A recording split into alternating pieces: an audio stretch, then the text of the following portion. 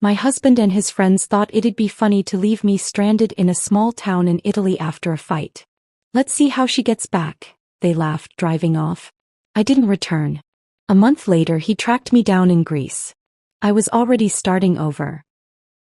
Let's see how she gets back, Gabriel laughed, his voice cutting through the evening air as he slammed the car door. The taillights of our rental car grew smaller and smaller, disappearing around the bend of the narrow Italian street, leaving nothing but dust and the echo of my husband's friends' laughter. I stood frozen, my mouth still open in mid-sentence. The argument we'd been having outside the small cafe suddenly rendered meaningless by his unthinkable action.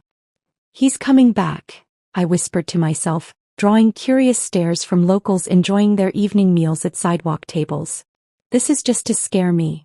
But the knot in my stomach tightened as minutes stretched into an hour, the sky darkening over the unfamiliar town whose name I couldn't even pronounce correctly. Before we begin, I want to take a moment to thank each of you for being part of this journey. If you're drawn to stories of women who find strength in unexpected places after betrayal, consider subscribing.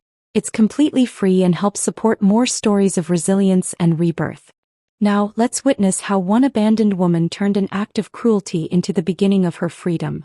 When I'd begged Gabriel not to drink so much at lunch, I never imagined it would escalate this far. His friends, college buddies celebrating their annual guys' reunion, that I'd been reluctantly invited to join, had egged him on when I suggested we head back to our hotel. She's always controlling you, man, Pete had said, ordering another round. When I stood up to leave, Gabriel had followed me outside, his words slurred but his anger precise. The fight turned ugly fast, with years of resentments bubbling to the surface on both sides. Your purse has your passport, right? He'd sneered before climbing into the driver's seat. Then you'll figure it out. You're so smart, always telling me what to do. Night fell completely as reality sank in. The charming Italian town that had seemed so picturesque by day now felt threatening. I counted my cash, €80 and $37. Not enough for a flight home, barely enough for a night's lodging. My credit cards were in Gabriel's wallet. He'd offered to carry them earlier when my small purse had been too full. I found the cheapest pensione I could, a dingy room above a bakery with a narrow bed and a sink in the corner. The elderly woman who showed me to the room spoke no English but seemed to understand my situation, patting my arm sympathetically. He blocked me, I whispered to myself in disbelief, staring at my phone. 27 calls to Gabriel, all sent straight to voicemail. Text messages delivered but unanswered. I tried Pete, then Marco, then every one of Gabriel's friends who'd been in that car. All blocked. A shudder ran through me as I realized this hadn't been a momentary impulse but a calculated humiliation. Sleep came in broken fragments, interrupted by hopeful checks of my phone and renewed panic. By morning I'd convinced myself this nightmare would end. Gabriel would return, apologetic but ready to blame me for overreacting to his joke. I'd be angry but relieved enough to move forward, to return to our carefully constructed life in Boston, where he was a respected architect and I was his supportive wife who'd set aside her own design career to manage their home and social calendar. But he didn't come. The second day I rationed my remaining money, buying only a panini for lunch while walking the town's perimeter, checking every hotel and restaurant for any sign of our tour group. By evening I realized they'd continued their planned journey, moving on to Florence without me. On the third day, a kind cafe owner who noticed me lingering outside his establishment offered me free espresso and, in broken English, directions to the local police station. The officer there seemed unsurprised by my story, as if abandoned tourists were a regular occurrence. But his limited English and my non-existent Italian left me with nothing but a filed report and a sympathetic nod. That afternoon I made the hardest decision of my life.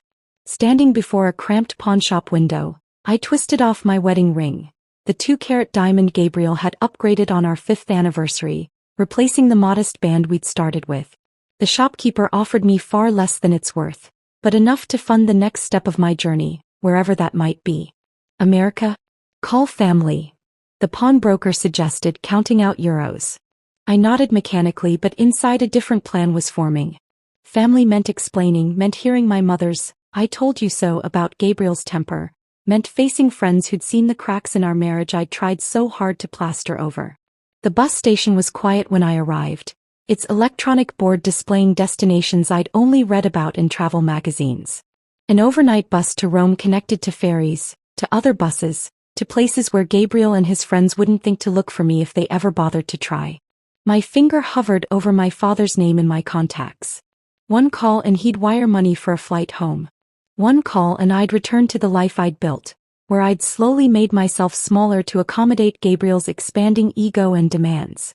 A memory surfaced, Gabriel jokingly hiding my portfolios when I'd mentioned returning to interior design work. "Why complicate things?" he'd asked. "We don't need the money and I need you focused on our life." I'd laughed it off then, but sitting in that grimy station I saw it for what it was. Another fence in the pen he'd built around me. "Where you go?" asked the ticket agent, an older woman with kind eyes who'd been watching me stare at the departure board for nearly 20 minutes. "Greece," I answered, the decision crystallizing as I spoke it. "The furthest coastal village you can get me to." 14 hours later, I stumbled off the final bus in my journey, my body stiff from uncomfortable seats and tension. The smell of salt air and olive groves greeted me as I took in the whitewashed buildings of a village whose name I couldn't pronounce. My phone battery had died somewhere between countries, my stomach was hollow with hunger, and the weight of what I'd done, or what had been done to me, pressed on my shoulders. Exhaustion made the edges of my vision blur as I wandered toward what appeared to be the town center.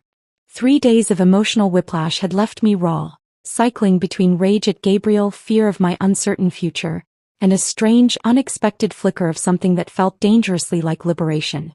My remaining euros would cover perhaps 2 nights in the cheapest room I could find. After that, I had no plan, no friends, no words in the local language beyond please and thank you. But as I watched the sunset paint the Aegean waters gold and pink, a calmness settled over me that I hadn't felt in years. Gabriel had meant to teach me a lesson about dependence. Instead, he'd accidentally set me free. The Greek sun beat down mercilessly as I wandered further from the village. My feet blistered inside impractical sandals meant for sightseeing, not hiking. My water bottle had emptied hours ago, and the combination of dehydration, hunger, and emotional exhaustion made the world tilt around me. Silver-green trees lined the dusty path, their leaves shimmering like coins in the breeze. Olive groves, I realized dimly just before my knees buckled beneath me. The ground rushed up to meet my face, but I barely felt the impact. Darkness edged my vision as a strange calm washed over me. Perhaps this was fitting. Abandoned by my husband in one foreign country only to collapse alone in another. I closed my eyes, giving in to the exhaustion that had been building since Gabriel drove away. "Theasmou. Kyria." A woman's voice cut through my haze, followed by weathered hands turning me over. An elderly face swam into focus, deep lines etched around kind eyes wide with concern. She spoke rapidly in Greek, patting my cheeks and offering a canteen. The water revived me enough to sit up, though my head still spun violently.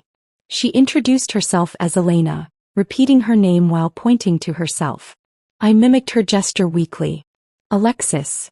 Elena helped me to my feet, her small frame surprisingly strong as she supported my weight. She pointed toward a stone farmhouse nestled among the olive trees and made walking motions with her fingers. I nodded, lacking the strength to resist as she guided me slowly up the hill. The farmhouse kitchen welcomed me with the scent of herbs hanging from wooden beams and something savory bubbling on an ancient stove. Elena settled me at a worn wooden table before calling out to someone. A man's voice responded, and moments later, an elderly gentleman with a sun-darkened face and silver mustache appeared in the doorway, wiping his hands on a cloth. "Nikos," Elena said, pointing to him. Her husband nodded at me cautiously, his eyes questioning but not unwelcoming. Elena poured cool water into a glass and pressed it into my hands, followed by a bowl of simple soup. My stomach growled audibly as the aroma reached my nose, prompting a smile from Elena. That evening passed in a blur of broken communication.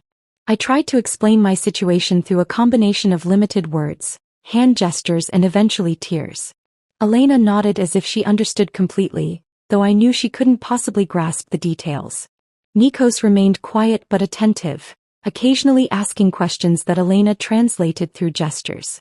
They offered me their spare room, a simple space with whitewashed walls and a narrow bed covered by a handmade quilt.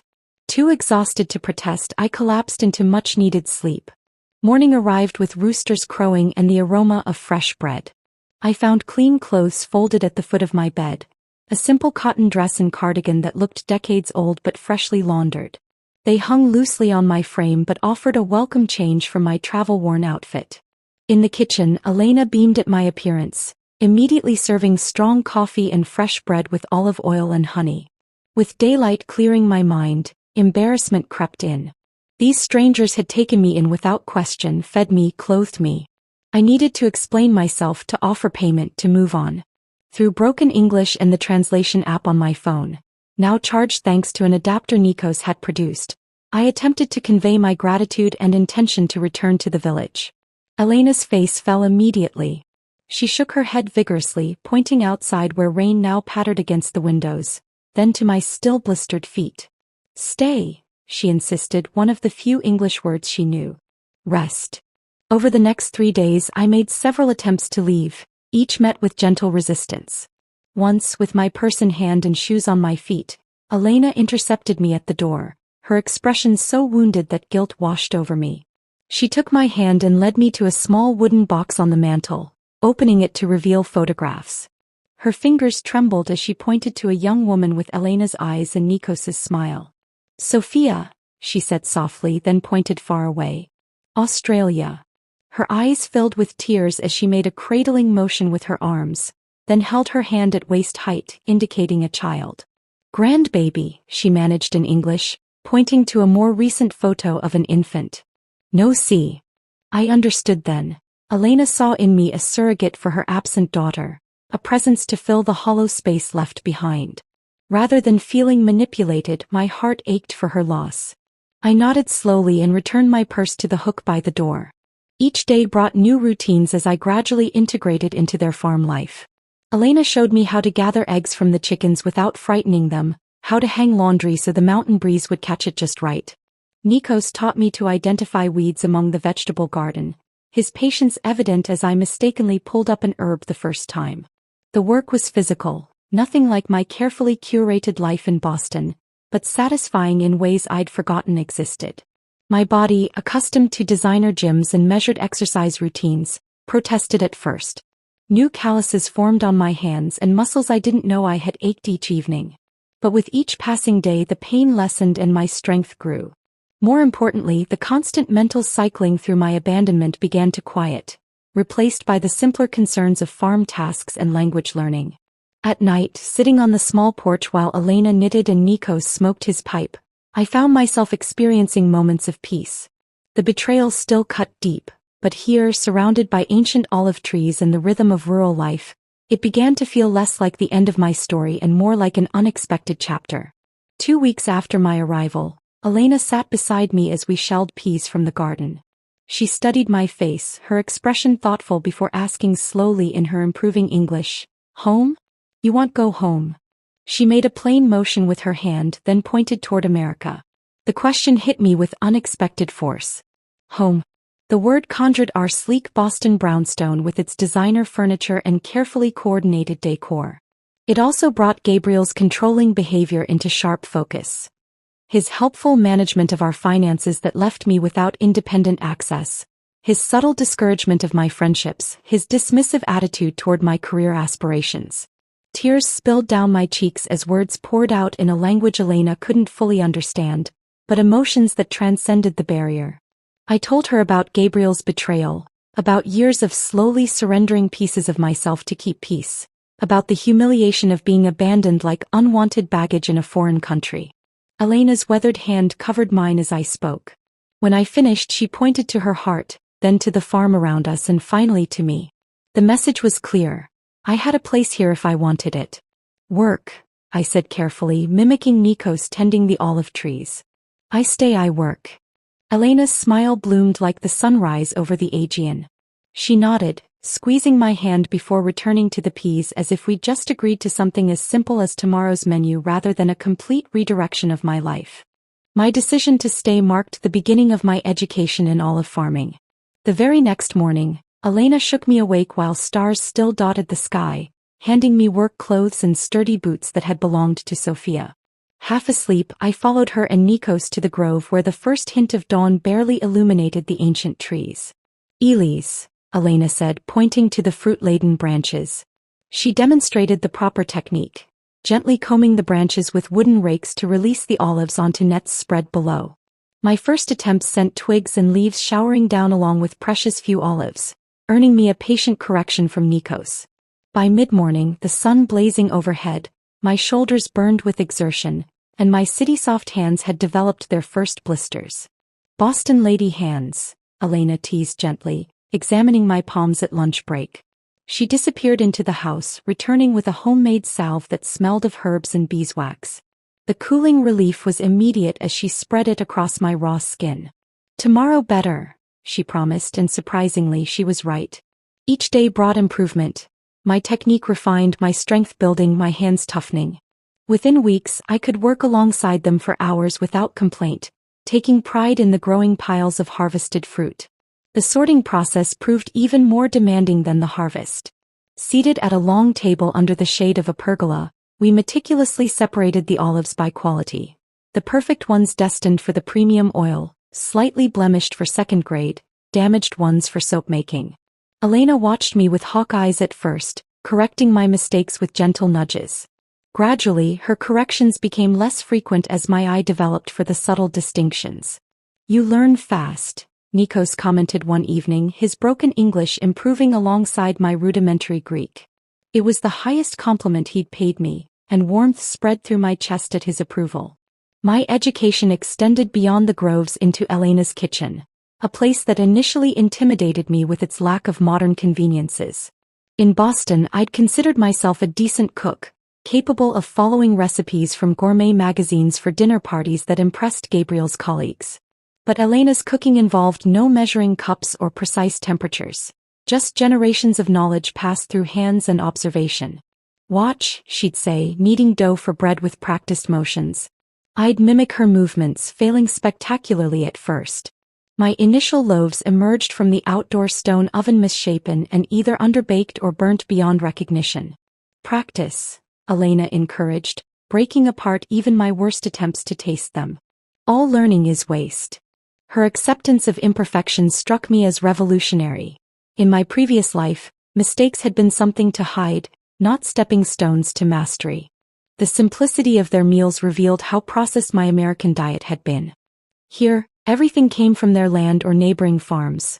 Vegetables still warm from the sun, eggs collected that morning, cheese from the goats down the road. The flavors were vibrant and clean, needing little enhancement beyond olive oil, lemon, and herbs from Elena's garden. My body changed on this diet and work regimen. The designer clothes I'd arrived in grew loose as unnecessary weight melted away, replaced by lean muscle. My complexion, once maintained through expensive creams, glowed from simple olive oil soap and honest sweat. When I caught sight of myself in the small mirror above the bathroom sink, a stranger looked back, tanned, stronger, somehow more substantial despite weighing less. As my Greek vocabulary expanded, Elena and I found more ways to communicate beyond labor and food. During evening breaks, she brought out her photo albums, pointing to black and white images of her youth in the village. I was startled to discover she'd once been a schoolteacher before returning to her family's olive business after marriage. "You?" she asked, mimicking typing on a keyboard. I took out my phone, showing her photos of my interior design projects from before marriage. The career Gabriel had dismissed as a hobby. Elena studied them with genuine interest, pointing to elements she liked and making appreciative sounds. "Beautiful thinking," she said, tapping her temple. Her validation of my creative work brought tears to my eyes. Such simple acknowledgement, yet something Gabriel had gradually withdrawn as our marriage progressed. One rainy afternoon, Elena taught me to knit, her patience endless as I dropped stitches and created uneven rows. My first completed project was a simple scarf, lumpy and imperfect, but entirely made by my hands. I wrapped it around my neck with more pride than I'd felt wearing the designer cashmere Gabriel had given me for Christmas. Other handmade possessions followed. A clay mug formed under Nikos's guidance, a woven basket I learned to make from a neighbor. Each item represented hours of learning and connection, carrying stories that no purchased luxury ever could. My collection grew as my attachment to material perfection diminished. After 3 months of working without compensation beyond room and board, Elena approached me one morning with Nikos at her side. They led me to the small building where they pressed and bottled their olive oil, showing me the modest inventory they'd produced from our harvest. "Market day," Elena announced, pointing to the calendar. "You come." The village market bustled with activity. Farmers and artisans displaying their goods while locals and the occasional tourist browsed among the stalls. Elena and Nikos set up their simple table, arranging bottles of golden green oil alongside olive soap and jars of preserved olives. To my surprise, they positioned me at the front of the table, encouraging me to speak with customers. My broken Greek and their limited English created moments of confusion and laughter, but sales steadily accumulated throughout the day. As the market closed, Elena handed me an envelope containing euros. "Your part," she said simply. "Fair work, fair pay." I stared at the modest sum, perhaps enough for a single meal at the restaurants Gabriel and I had frequented. Yet this money represented something I hadn't possessed in years. Independence earned through my own labor. No strings attached, no subtle expectations of gratitude or compliance. Just fair compensation for honest work. That night, I placed the envelope under my pillow, occasionally reaching to touch it as if to confirm its reality. In our decade of marriage, Gabriel had gradually taken control of our finances, to simplify things, leaving me with credit cards linked to accounts he monitored. This small stack of euros represented the first step toward rebuilding a life that belonged fully to me. As I drifted toward sleep, I realized I hadn't thought about Gabriel at all during market day, my mind too occupied with Greek phrases for transactions and pride in our products. The space he'd occupied in my thoughts had shrunk, replaced by olive groves, kitchen lessons, and the growing certainty that I was capable of far more than he had ever allowed me to believe. The following week, Elena and Nikos invited me to join them for dinner at the taverna in the village square, a first since my arrival. Dressed in a borrowed blouse from Elena, I felt a nervous flutter as we entered the bustling establishment. The owner, Stavros, greeted the couple with enthusiastic embraces before turning curious eyes to me. "Our American," Elena said proudly in Greek, a phrase I'd learned to recognize. Stavros smiled warmly, ushering us to what was clearly their regular table. Over plates of grilled fish and village wine, Nikos cleared his throat and spoke in careful English. "Alexis, we want talk business with you." His seriousness caught me off guard. Had I made some mistake? Was it time for me to move on? Elena reached across the table, patting my hand reassuringly before continuing where her husband left off. "We old now. 68, 70 years. She pointed between herself and Nikos. "No children here. Sophia not coming back." Nikos nodded solemnly. "We think, retire soon. 2-3 years. But olive trees." He made a sweeping gesture. 200 years old. "Need young hands." My breath caught as I began to understand. Elena smiled, her eyes crinkling at the corners. "You learn fast. Work hard. We teach everything." Then, she spread her hands as if offering something. "Business yours." The proposition stunned me. They barely knew me, a foreigner who'd stumbled into their lives just months ago. Yet here they were, offering a future I hadn't dared imagine. "But I don't know enough," I stammered. "The trees, the pressing, the business side." "You learn," Nikos said firmly. "We teach. No rush." That night marked the beginning of my true apprenticeship. No longer just an extra pair of hands, I became heir to generations of knowledge.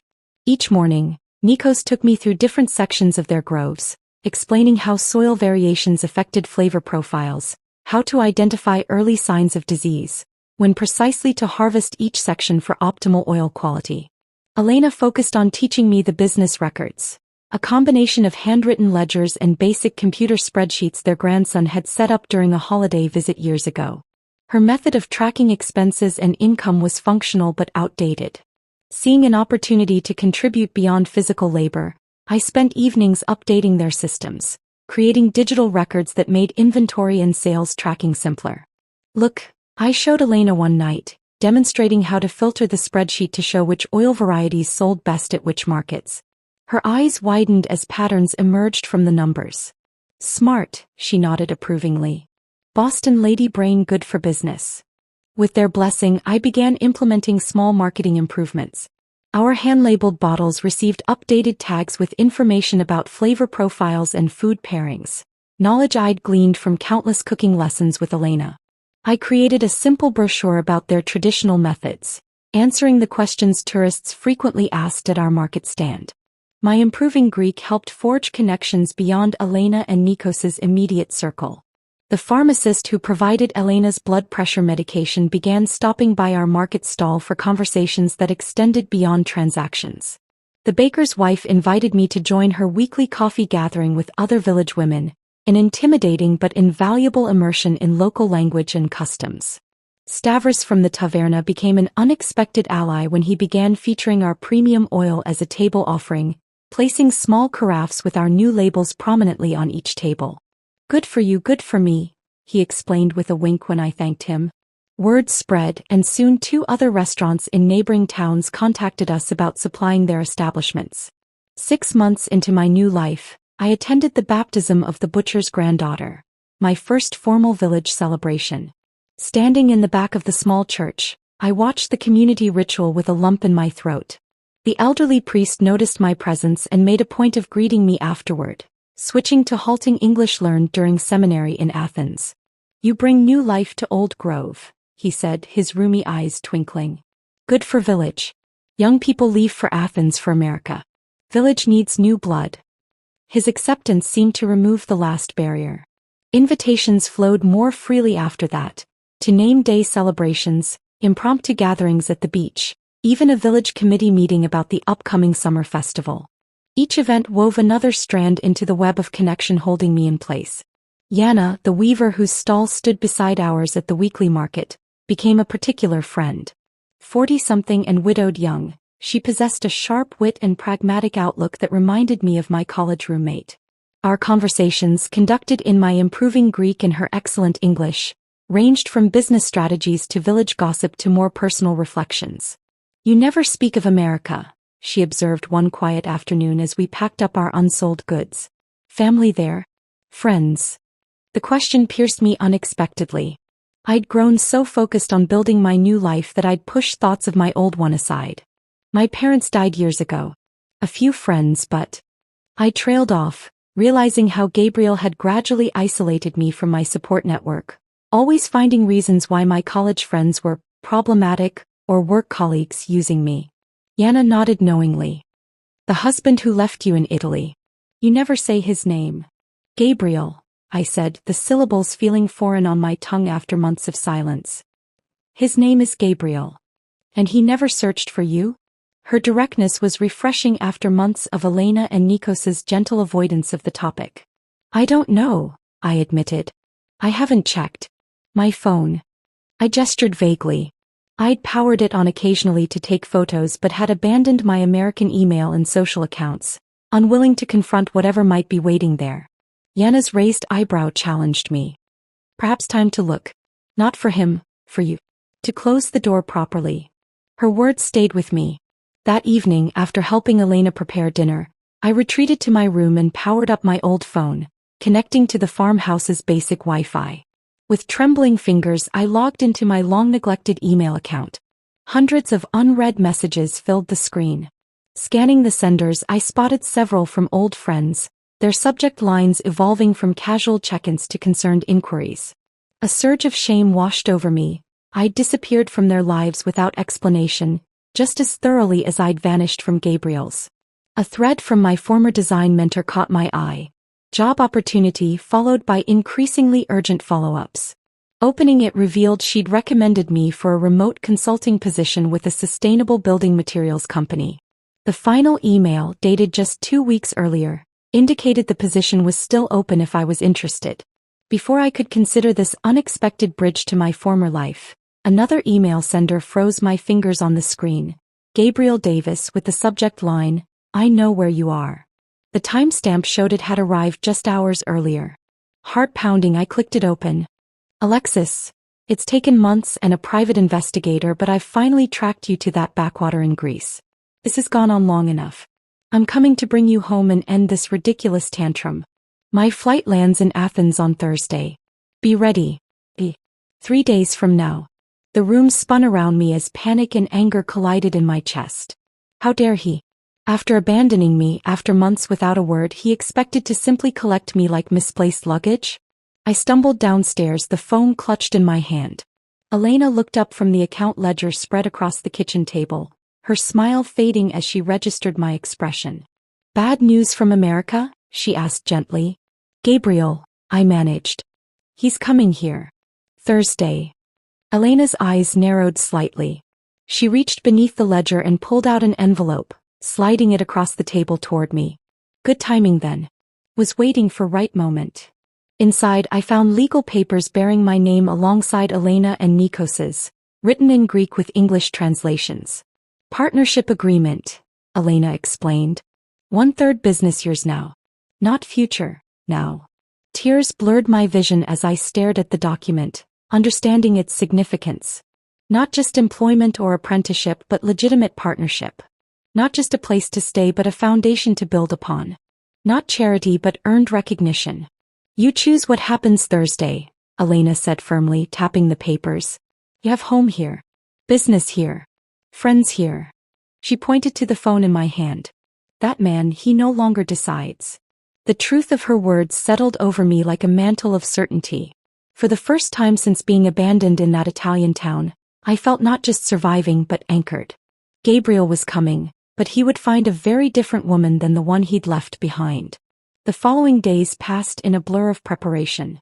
Not the kind Gabriel would expect. No packing of bags or tearful goodbyes, but emotional fortification. I visited Katerina, the village's only lawyer, who helped me draft divorce papers in both Greek and English. I contacted my old design mentor, tentatively accepting the remote consulting opportunity. I even wrote emails to friends I'd left behind, offering brief explanations without apologies. Thursday arrived with a perfect Greek summer sky, cloudless and bright. I was in the processing shed testing olive oil samples with Nikos, when the unfamiliar sound of a rental car engine broke the afternoon quiet. Elena appeared at the doorway, her expression a mixture of concern and resolve. He is here, she said simply. Heart hammering, I wiped my hands on my work apron and stepped outside. Gabriel stood beside a sleek silver sedan, designer sunglasses perched on his perfectly coiffed hair, examining the humble farmhouse with visible distaste. He wore the casual but expensive travel outfit I recognized from countless business trips. Tailored chinos and a button-down that probably cost more than a week's profit from our olive oil. He didn't notice me at first, giving me precious seconds to steady myself. This man who had once been the center of my universe now looked somehow smaller, less substantial against the backdrop of ancient olive trees and weathered stone buildings that had become my home. Gabriel, I called, my voice calmer than expected. He turned, and the shock that registered on his face was almost comical. His eyes traveled from my work boots to my sun-browned arms, lingering on my unstyled hair pulled back in a simple kerchief. I watched recognition battle with disbelief across his features. My God, Alexis, what happened to you? The familiar disapproving tone that once would have sent me scrambling to fix whatever he found lacking now merely washed over me like a wave against rock. Life happened, I replied, taking measured steps toward him. What are you doing here, Gabriel? He removed his sunglasses, his practiced charm sliding into place as he extended his arms. I've come to take you home, of course. This has gone on long enough, don't you think? Whatever point you were trying to make. This isn't about making a point, I interrupted, stopping well outside his reach. This is about making a life. His smile faltered. Behind me, I heard the quiet shuffling of Elena and Nikos emerging from the house. Though they couldn't understand our words, they positioned themselves within view, silent guardians ready to intervene if needed. Gabriel noticed them, his expression hardening. Are these the people you've been staying with? Have they been holding you here? Because if so, they've been teaching me, I cut in. About olive farming. About community. About kindness without conditions. I gestured toward the groves surrounding us. I'm part owner now. I have a business here. Disbelief crossed his face, followed quickly by the condescension I knew all too well. A business? Alexis, be serious. You're a designer, not a farmer. This is, what, some eat pray love phase after our fight? I admit I shouldn't have left you in Italy. It was a stupid, drunken mistake. I've apologized. Now it's time to come home. You've apologized? I echoed. When? In what universe does tracking me down and demanding I return count as an apology? His jaw tightened, the charm evaporating. Fine. I'm sorry I left you in Italy. It was immature and wrong. Is that what you want to hear? Can we move past this now? Why did you even look for me, Gabriel? It's been months. Why now? He shifted uncomfortably, glancing at the elderly couple watching us intently. Can we discuss this privately? In the car, perhaps. They don't speak English and I have nothing to hide from them. Why now? His shoulders slumped slightly. Your parents have been calling. Friends asking questions at events. Clients wondering why you're not at the house when they visit. It looks. He trailed off. Bad for your image, I finished for him. It damaged your reputation. Our reputation, he corrected sharply. Our life together. The one we built over 10 years of marriage. The one you built, I countered. The one where I gradually became nothing more than an accessory to your success. Tell me, Gabriel, did you even notice how unhappy I was before Italy? Did you care? His expression darkened. We had a good life, Alexis. A beautiful home, financial security, respect in the community. What more could you possibly want? Purpose. Connection. Agency over my own choices. I gestured to the small stone house behind me. I found all three here in a place you'd dismiss as primitive and backward. This isn't you, he insisted, desperation edging into his voice. The Alexis I know wouldn't choose manual labor and poverty over comfort and position. I smiled, recognizing the fundamental truth in his statement. You're right. The Alexis you knew wouldn't have. But that woman died in Italy when her husband abandoned her as a joke. The woman standing before you made different choices. Elena approached then, pressing something into my hand, the partnership agreement we'd signed. Though she couldn't follow our words, she'd sensed the moment had come. I unfolded the document and held it toward Gabriel. I have legal ties here now. A business partnership. Responsibilities to people who value me for my contributions, not my appearance or social connections. His face flushed with anger. This is ridiculous. Whatever game you're playing. It's not a game, I said, reaching into my pocket for the envelope Katerina had prepared. These are divorce papers, Gabriel. Already filed with provisions for division of assets. He stared at the envelope as if it might burn him. You can't be serious. You'd throw away everything for this. He gestured dismissively at the modest farm. I'm not throwing away anything. I'm choosing something better. Something real. I stepped forward, placing the envelope in his rigid hand. You left me, Gabriel. You drove away laughing. You just never expected I'd find my way without you. His fingers closed reflexively around the papers, his expression cycling through shock, anger, and finally wounded pride. You'll regret this, he said, but the threat sounded hollow even to his own ears. When the novelty wears off and you're still hauling olives in the hot sun at 60, you'll remember what you gave up. Maybe, I conceded. But I'd rather risk regret from choices I made than live with the certainty of regret from choices made for me. Nikos stepped forward then, placing a weathered hand on my shoulder. Though he couldn't understand our exchange, he recognized the conclusion in our body language. He said something in Greek to Gabriel, his tone firm but not unkind. What did he say? Gabriel asked, his voice smaller now. He said the road back to Athens is dangerous after dark. You should leave now to reach the city before nightfall. Gabriel looked between us, finally registering that this wasn't a negotiation or a rescue. It was a goodbye. Without another word, he returned to his rental car, the divorce papers clutched in his hand. As the vehicle disappeared down the dirt road, Elena slipped her hand into mine. Together the three of us turned toward the house, my house now too. The evening's work awaited, oil samples to catalog, dinner to prepare, tomorrow's market inventory to check. My husband had once abandoned me in a foreign country, assuming I'd be helpless without him, assuming I'd come crawling back once I'd learned my lesson. Instead, I'd found fertile ground to plant new roots, stronger and deeper than he could have imagined. Sometimes the cruelest actions yield the greatest gifts. In trying to break me, Gabriel had accidentally set me free. All week before my 40th birthday, my husband teased, "Your gift will blow your mind." That morning, I woke up to silence. The house was empty, no kids, no note. By noon, Instagram showed them at a Dubai luxury resort. My daughter's caption, Daddy's treating us since mom's boring anyway. I didn't react.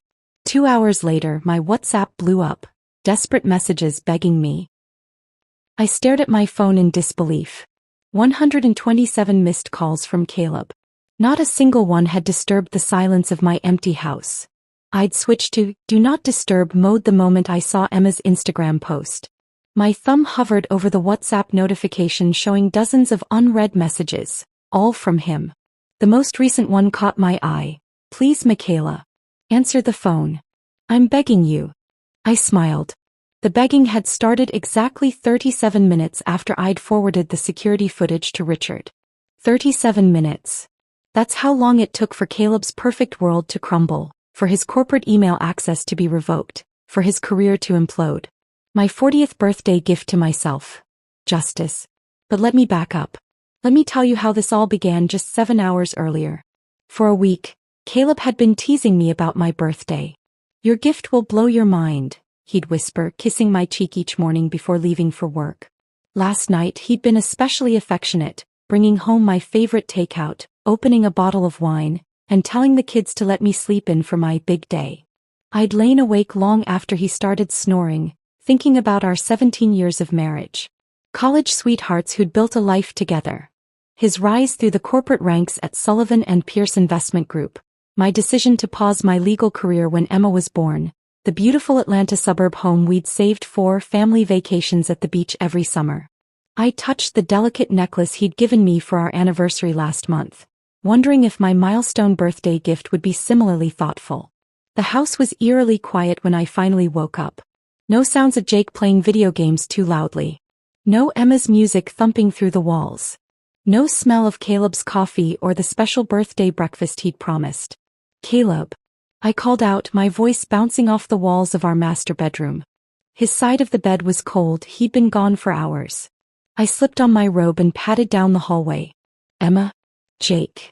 I pushed open their bedroom doors to find perfectly made beds, unusual for my teenagers, and conspicuously empty closets. My heart rate quickened as I hurried downstairs, calling their names with increasing urgency. The kitchen was immaculate, untouched. I opened the refrigerator and found the ingredients Caleb had purchased yesterday: fresh strawberries, cream cheese, the special brioche bread I loved, still in their packaging. My birthday breakfast never made. That's when I noticed 3 toothbrushes missing from the family bathroom. Luggage gone from the hall closet. My children's favorite shoes absent from the entryway rack. I sank onto a kitchen stool, surrounded by family photos that suddenly seemed to mock me. The 6 of us at Disney World last year. Caleb's parents had joined us. Emma winning her debate championship. Jake with his science fair project. Family portraits where we all smiled like we meant it. My phone chimed from upstairs and I raced to retrieve it, hoping for an explanation. There were birthday wishes from college friends, my parents, coworkers from my old firm. Nothing from my husband. Nothing from my children. I texted Caleb, "Where are you guys?" The message showed as delivered. No response. I tried Emma. "Honey, where did everyone go?" Mom. Blue dots appeared, she'd seen it, then disappeared. No reply. Jake would answer me. Sweet Jake, who still hugged me in front of his friends. "Jake, please tell me what's happening." Read. No response. My hands shook as I opened Instagram. Emma lived on the platform. My breath caught as her latest post loaded. There they were. Caleb, Emma, and Jake, beaming beside an infinity pool that overlooked a spectacular cityscape. Palm trees. Impossible luxury. The Burj Al Arab visible in the background. The caption crushed what remained of my composure. Surprise vacation with the best dad ever. Hashtag Dubai, hashtag luxury life, hashtag spontaneous adventure. Daddy's treating us since mom's boring anyway. I stared at the post, reading and rereading the caption, trying to make sense of it. Daddy's treating us since mom's boring anyway. My daughter's words. My husband's smile. My family celebrating halfway around the world without me. On my 40th birthday. I scrolled through more photos. Them boarding a first-class flight. Checking into a resort suite with views that probably cost more than our monthly mortgage. Caleb raising a champagne glass while the kids held up virgin cocktails. All posted within the last 12 hours. My legs gave out and I slid down the wall to the floor, still clutching my phone. They'd planned this. They deliberately excluded me. For the next hour, I moved through our house like a ghost, touching familiar objects as if to confirm they were real. The anniversary photo on the mantel. The throw blanket we curled under for movie nights. Jake's soccer trophy. Emma's art projects that I'd framed with such pride. My sister called. Then my mother. I let their birthday wishes go to voicemail. At 11 a.m., I poured myself a glass of wine and sat at our dining room table. I pulled out the family calendar where we tracked everyone's activities. Flipping back through the pages, I noticed Caleb had blocked off this entire week as busy with no details. He'd never mentioned a trip. Never asked if I wanted to go to Dubai. Never suggested that he and the kids would be absent on my birthday. I tried to remember if I'd done something to deserve this. Had I been boring? Had I been so consumed with household management and supporting everyone else's dreams that I'd become invisible? Was turning 40 so disgusting to him that he needed to escape? Around noon, I wandered into Caleb's home office, looking for any explanation. The drawers of his desk were locked, but I knew where he kept the key, taped under his desk drawer, thinking I'd never look there. Inside the bottom drawer, I found what he didn't want me to see. Credit card statements he'd hidden from our shared financial management app. Charges for jewelry I'd never received. Expensive restaurant bills on Thursdays when he claimed to be working late. Hotel charges in our own city. And flight confirmations for 3 tickets to Dubai, purchased over a month ago. Among these papers was an expense report with a name that appeared repeatedly, Vanessa Jenkins. His executive assistant. The beautiful, eager 26-year-old who always laughed too hard at his jokes during company parties. Who always seemed to need his guidance after normal business hours. As I continued searching, my hand struck something hard in the back of his drawer. A phone I'd never seen before. Not his regular iPhone but a cheap burner phone. My fingers trembled as I turned it on. No password protection, he'd been careless. Perhaps he'd meant to take it with him but forgot in his excitement to abandon me. The text messages loaded and my world shifted permanently. Can't wait for Thursday night. Same time, same place. Where that red thing. Caleb to Vanessa 2 weeks ago. Dubai will be amazing. He has no idea. Told the kids it's a special trip just for them. Caleb to Vanessa 1 week ago. Flight boarding. Freedom for a whole week. Kids think it's just a fun trip. Emma's already posting about it. Caleb to Vanessa yesterday. I set the phone down, surprising myself with my calm. The pieces were falling into place. The Thursday night client meetings. The sudden interest in working late. The decreasing intimacy at home. The way he'd begun criticizing my appearance, my hobbies, my conversation. I wasn't boring. I was being erased to make room for someone else. As I gathered the evidence spread across his desk, the statements, the phone, the expense reports, a strange clarity washed over me. I thought about the security cameras at Caleb's office building. The system I knew recorded everything because I'd helped select the vendor during their renovation 3 years ago. Caleb had always been careless, confident in his ability to talk his way out of trouble. He'd never suspect I would look for evidence. Never imagine I would fight back. I picked up my phone and scrolled to a contact I hadn't used in years. Marcus Johnson, head of security at Sullivan and Pierce. The man who owed me a favor after I'd helped his daughter get an internship at my old law firm. It was time to discover exactly what happened every Thursday night in Caleb's corner office. My fingers hovered over Marcus Johnson's contact information. Was I really considering this? In 17 years of marriage, I'd never spied on Caleb, never questioned his whereabouts, never doubted his fidelity. Trust had been our foundation, or so I thought. I glanced at the burner phone beside me, its screen displaying intimate exchanges between my husband and his secretary. The evidence was already damning, but something inside me needed to see the full extent of his betrayal with my own eyes. 3 years ago, Sullivan and Pierce had undergone a major security upgrade after a competitor attempted corporate espionage. As Caleb's wife with a legal background, I'd been asked to consult on vendor selection. I remembered walking through the office with Marcus, discussing camera placement, data storage and access protocols. He'd been particularly proud of the system's 2-year storage capacity. Better than the industry standard, he'd boasted. I'd never imagined that feature would someday serve as my lifeline. I rummaged through my desk drawer where I kept business cards, finding Marcus's buried beneath newer contacts. Taking a deep breath, I pressed the call button before I could reconsider. Marcus Johnson, he answered on the third ring. Marcus, it's Michaela Harrington. Michaela. Long time no hear. How are you doing? Happy birthday if I'm not mistaken. His casual mention of my birthday tightened the knot in my stomach. Thank you for remembering. Listen, I need a favor and it's somewhat unusual. I heard hesitation in his silence. I'm listening. I'm putting together a surprise anniversary video for Caleb. I lied, my voice steadier than expected. I wanted to include some clips of him at work. You know, the dedication that's made him successful. Would it be possible to access some security footage from his office? Another pause. That's not exactly standard procedure, Michaela. I understand. I wouldn't ask if it wasn't important. I infused warmth into my voice. Remember when I helped Amber get that internship at Collier and Walsh?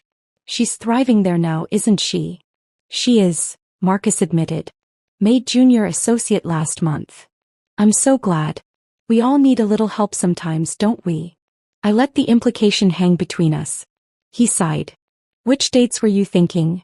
Thursday evenings, actually. For the past month. I kept my tone conversational. Those late nights really show his commitment. Thursday evenings, he repeated, his tone shifting slightly. Did he know something? I can probably help with that. The system allows for secure temporary links that expire after 24 hours. Would that work? Perfect, I replied, relief washing through me. And Marcus? I'd appreciate your discretion. I want this to be a complete surprise. After finalizing details, I hung up and returned to the family calendar. The pattern was unmistakable now that I was looking for it. Every Thursday night for the past 6 months. Client dinner, late meeting, strategy session. Always vague, always on Thursdays. My mind drifted to Vanessa's hiring process 8 months ago. Caleb had insisted on personally handling the interviews for his new executive assistant. The HR director had preferred an older candidate with more experience, but Caleb had overruled her, citing Vanessa's fresh perspective and eagerness to learn. I remembered meeting her at the holiday party. Tall, blonde, laughing too enthusiastically at Caleb's jokes while eyeing his wedding ring. I thought about how Caleb's Thursday routines had changed subtly. The expensive cologne he normally saved for client meetings. The dress shirts that suddenly needed to be perfectly pressed. The later returns home, always with the faint scent of alcohol and excuses about networking. And his comments about me had shifted too. Small criticisms about my comfortable clothes.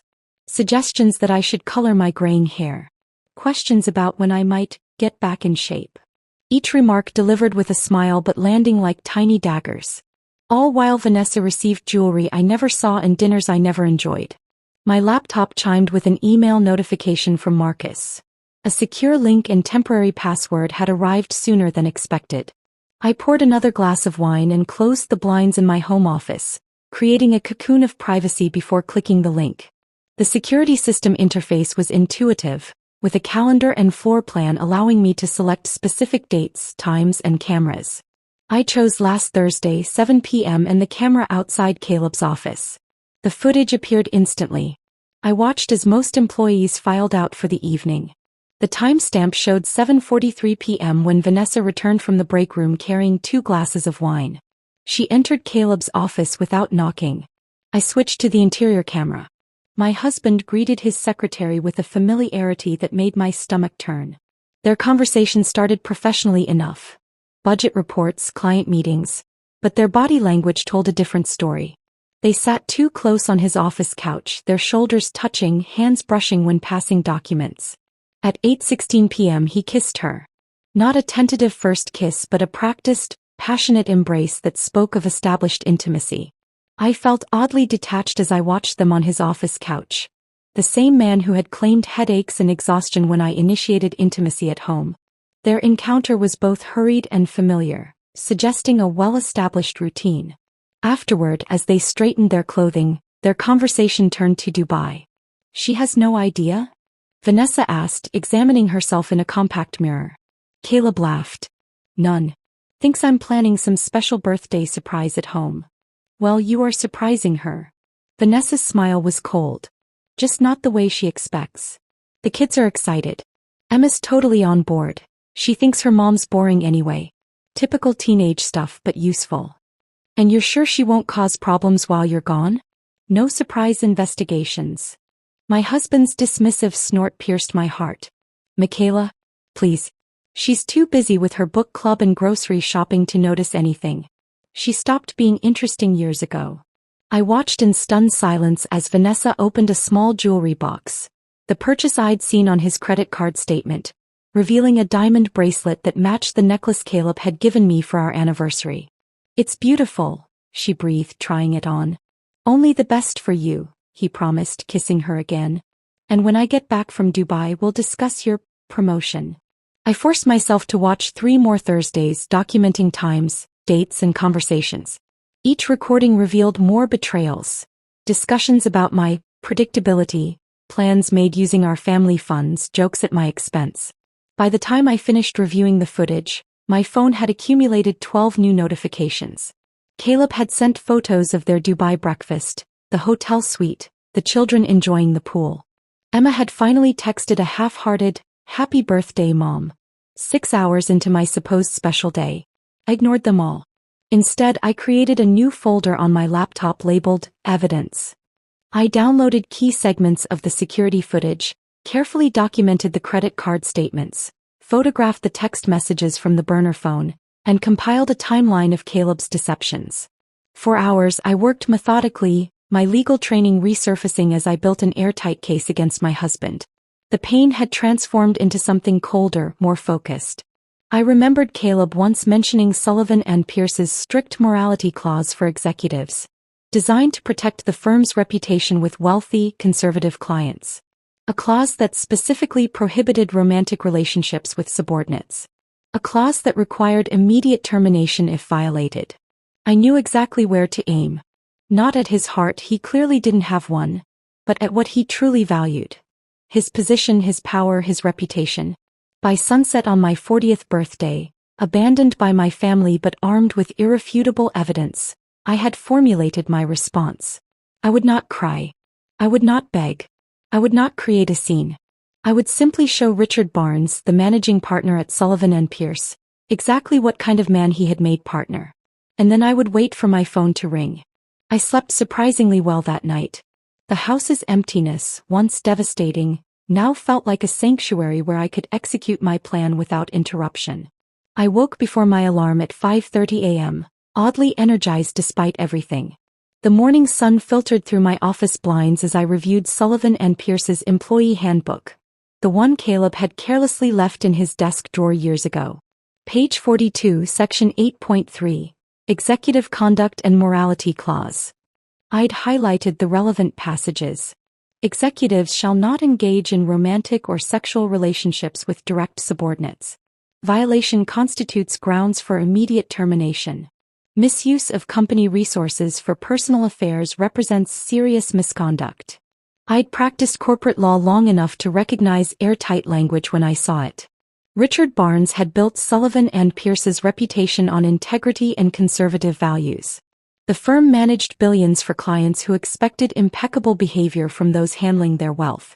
Opening my laptop, I drafted an email with the precision I once reserved for legal briefs. No emotional language. No accusations of personal betrayal. Just facts, evidence, and direct references to company policy. To richard.barnes@sullivanpierce.com, Board of Directors at sullivanpierce.com. Subject: Urgent ethics violation, Executive Suite misconduct. Mr. Barnes and board members, it is with profound regret that I must bring to your attention serious violations of company policy by partner Caleb Harrington. The attached evidence documents. 1. An ongoing inappropriate relationship with executive assistant Vanessa Jenkins. 2. Misuse of company premises for personal activities during business hours. 3. Improper allocation of company funds for personal gifts and expenses. All violations directly contravene Section 8.3 of the Executive Conduct Policy. I've included timestamped security footage, expense reports, and documentation of company resources used to facilitate these activities. As someone who has always respected Sullivan and Pierce's commitment to ethical conduct, I felt obligated to bring these matters to your attention. Respectfully, Michaela Harrington, JD. I attached the most damning footage, carefully edited to include only the workplace misconduct and explicit discussions of misusing company funds. I added expense reports Caleb had left in his desk, highlighting charges for jewelry, dinners, and hotel rooms billed as client entertainment. My finger hovered over the send button, but I waited. Timing was crucial. The weekly executive meeting began at 9:15 a.m. every Tuesday. A meeting where all partners and board members gathered to discuss sensitive issues away from staff. Caleb had complained about these meetings for years, calling them old school, because Richard insisted everyone silence their phones and give full attention to the matters at hand. I installed an email tracking extension that would notify me when the message was opened. Then I made a pot of coffee and watched the clock. At precisely 9:15 a.m., as the meeting would be called to order, I clicked send. The notification appeared instantly. Email delivered successfully. By 9:23 a.m. the first read receipt arrived. Then another. Then 5 more in rapid succession. At 9:27 a.m., my phone buzzed with a text from Marcus. "What did you do?" "Security just got called to the executive floor." I didn't respond. Instead, I watched my tracking software show multiple opens, forwards, and downloads of the attachments. At 9:52 a.m., exactly 37 minutes after sending my email, an automated notification appeared in my inbox. This is an automated message from Sullivan and Pierce IT Department. User: caleb.harrington@sullivanpierce.com. Status: access terminated. Effective: immediate. Authorization: executive level. My phone vibrated with an app notification from our home security system. I'd installed it years ago so we could monitor the house while traveling. The app also synchronized with Caleb's office security badge, allowing me to track his comings and goings, a feature he'd forgotten about. The notification read, "Office access, executive floor, security override." They were escorting him out. At 10:06 a.m., a brief email arrived from Richard Barnes himself. "Mrs. Harrington, thank you for bringing these matters to our attention. Sullivan and Pierce takes ethics violations with the utmost seriousness. Appropriate action has been taken effective immediately. Should you require any further assistance, please contact my office directly. Richard Barnes, Managing Partner, Sullivan and Pierce Investment Group." I refreshed the company website, navigating to the Our Team page. Caleb's profile, once prominently featured as Rising Star Partner, had vanished, leaving an asymmetrical gap in the leadership grid. At 10:29 a.m., my phone lit up with Caleb's face. The first call. I declined it. He called again. And again. Text messages began flooding in. "What did you do? My access is revoked. Security just escorted me out. Answer your phone right now. This isn't funny, Michaela. Are you trying to ruin us?" With each desperate message, a strange calm settled over me. I silenced the ringer but kept the phone visible on my desk, watching his panic unfold in real time. By noon he had called 63 times. At 12:17 p.m., a notification from Emma appeared. "Mom, what's happening? Dad's freaking out and says we have to leave. Is everything okay?" Jake texted seconds later. "Mom, are you all right? Dad won't tell us what's wrong, but he's really mad. He's making us pack." I didn't answer them either. Not yet. The calls continued. 77, 92, 108. By 2 p.m., Caleb had called 127 times.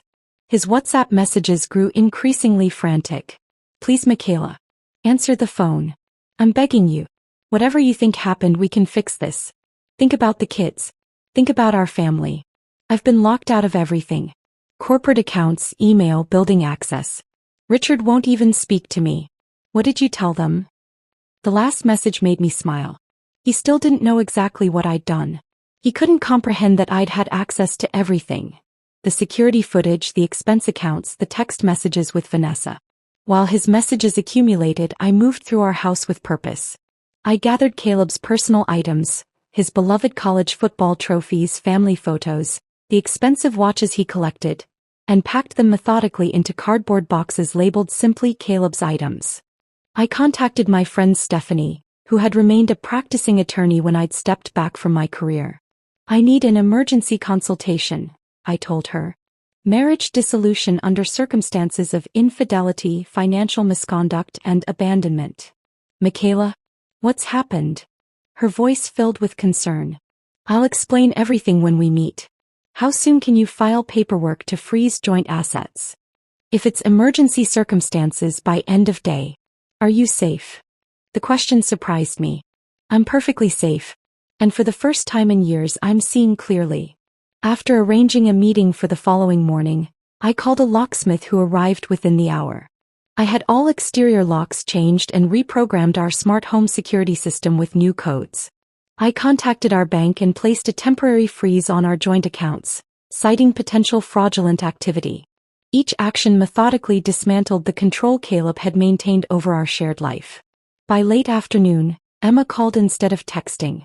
I watched my daughter's name flash on the screen but didn't answer. They had chosen their side that morning.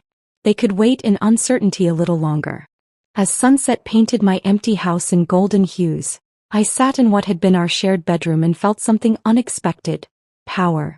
Not just anger or vengeance but genuine power. For 17 years, I'd shaped myself around Caleb's needs, desires, and ambitions. I'd set aside my career, managed his home, raised his children, maintained his social calendar, and believed his lies. But now, as his desperate messages continued to light up my phone, I held all the control. Each frantic call confirmed my new reality. Each pleading text reinforced the shift in our dynamic. I was no longer the boring wife to be discarded on her birthday. I was the woman who had destroyed everything he valued in a single, perfectly executed move. And I wasn't finished yet. I spent the evening monitoring their desperate journey home. Emma's Instagram story updates created a digital breadcrumb trail of their hasty retreat. A confused selfie at the resort with the caption "Vacation cut short, sad face," followed by a picture of packed suitcases tagged "sudden change of plans." Jake, typically less active on social media, posted a rare airport selfie. His expression was solemn, his eyes reflecting a confusion that twisted my heart. Heading home early. Not sure why, his caption read, the simplicity carrying an unintentional weight. Through our family location sharing app. Something Caleb had insisted on for safety, but had forgotten to disable. I watched their digital avatars move from the resort to Dubai International Airport. Caleb's frantic calls had decreased, replaced by urgent messages about flight availability and connection issues. No direct flights. Have to connect through London. Will be delayed. Kids are asking questions I can't answer. Answer your damn phone, Michaela. I tracked their progress across continents, calculating their approximate arrival time. 22 hours of travel including connections and delays. Nearly a full day for Caleb to spiral further into panic while confined in airplane cabins with our increasingly suspicious children. I'd spent the day with Stephanie, my attorney friend, preparing for their return. You've got him dead to rights, she'd said, reviewing the evidence. The prenup has an infidelity clause he's clearly violated, plus the commingling of assets for personal indiscretions. We'll file first thing tomorrow. Now, as night fell on the day after my birthday, I positioned myself on our front porch, a folder of selected evidence on my lap. The porch light cast dramatic shadows across the immaculate landscaping Caleb had always been so proud of. Our neighborhood was quiet, most families already settled in for the evening, unaware of the confrontation about to unfold. At 9:47 p.m., headlights swept across the driveway. The Uber stopped and 3 exhausted figures emerged. Caleb spotted me first, his expression cycling rapidly between relief, anger, and fear. Emma and Jake hung back, confusion evident in their posture. What did you do? Caleb hissed, approaching the steps. Do you have any idea? I know exactly what I did, I interrupted, my voice calm. The question is whether you do. Emma stepped forward, her teenage defensiveness on full display. Mom, why didn't you answer our calls? Dad said there was an emergency. There was. I stood up, holding the folder against my chest. Just not the kind your father described. Jake remained silent, his eyes darting between us, sensing the tension that electrified the air. Kids, take your bags inside, Caleb ordered, not taking his eyes off me. The locks have been changed, I informed him. And they should stay for this. They deserve to know why their Dubai vacation was cut short. I opened the folder and handed Caleb the first printed screenshot. Him and Vanessa on his office couch, in a position that left nothing to the imagination. To his credit, he attempted to hide it immediately, but not before Emma caught a glimpse over his shoulder. "Dad." Her voice cracked with uncertainty. "It's not what it looks like," he stammered, the most cliched response possible. "It's exactly what it looks like," I countered, my voice steady as I produced another image. "Your father has been having an affair with his secretary for months. The same period he's been telling me I'm boring and unattractive." Caleb's face contorted. "Don't do this in front of them." "Why not?" "You did." I turned to our children. "While I was home alone on my birthday thinking you were all planning a surprise, you were actually part of your father's cover story. He used you both as shields for his affair." Emma's defiance faltered. "That's not true. He said you were too busy and stressed for a vacation." "Did I look stressed in the dozens of unanswered birthday messages I sent yesterday?" I asked softly. "Or did I look like someone who woke up to an empty house on a day her family should have been celebrating with her?" Jake stepped forward, tears streaming down his face. "I told you we should call Mom first," he said to Caleb. "I didn't want to leave without telling her." "You needed to control the narrative," I continued, addressing Caleb while handing the children printouts of their own social media posts.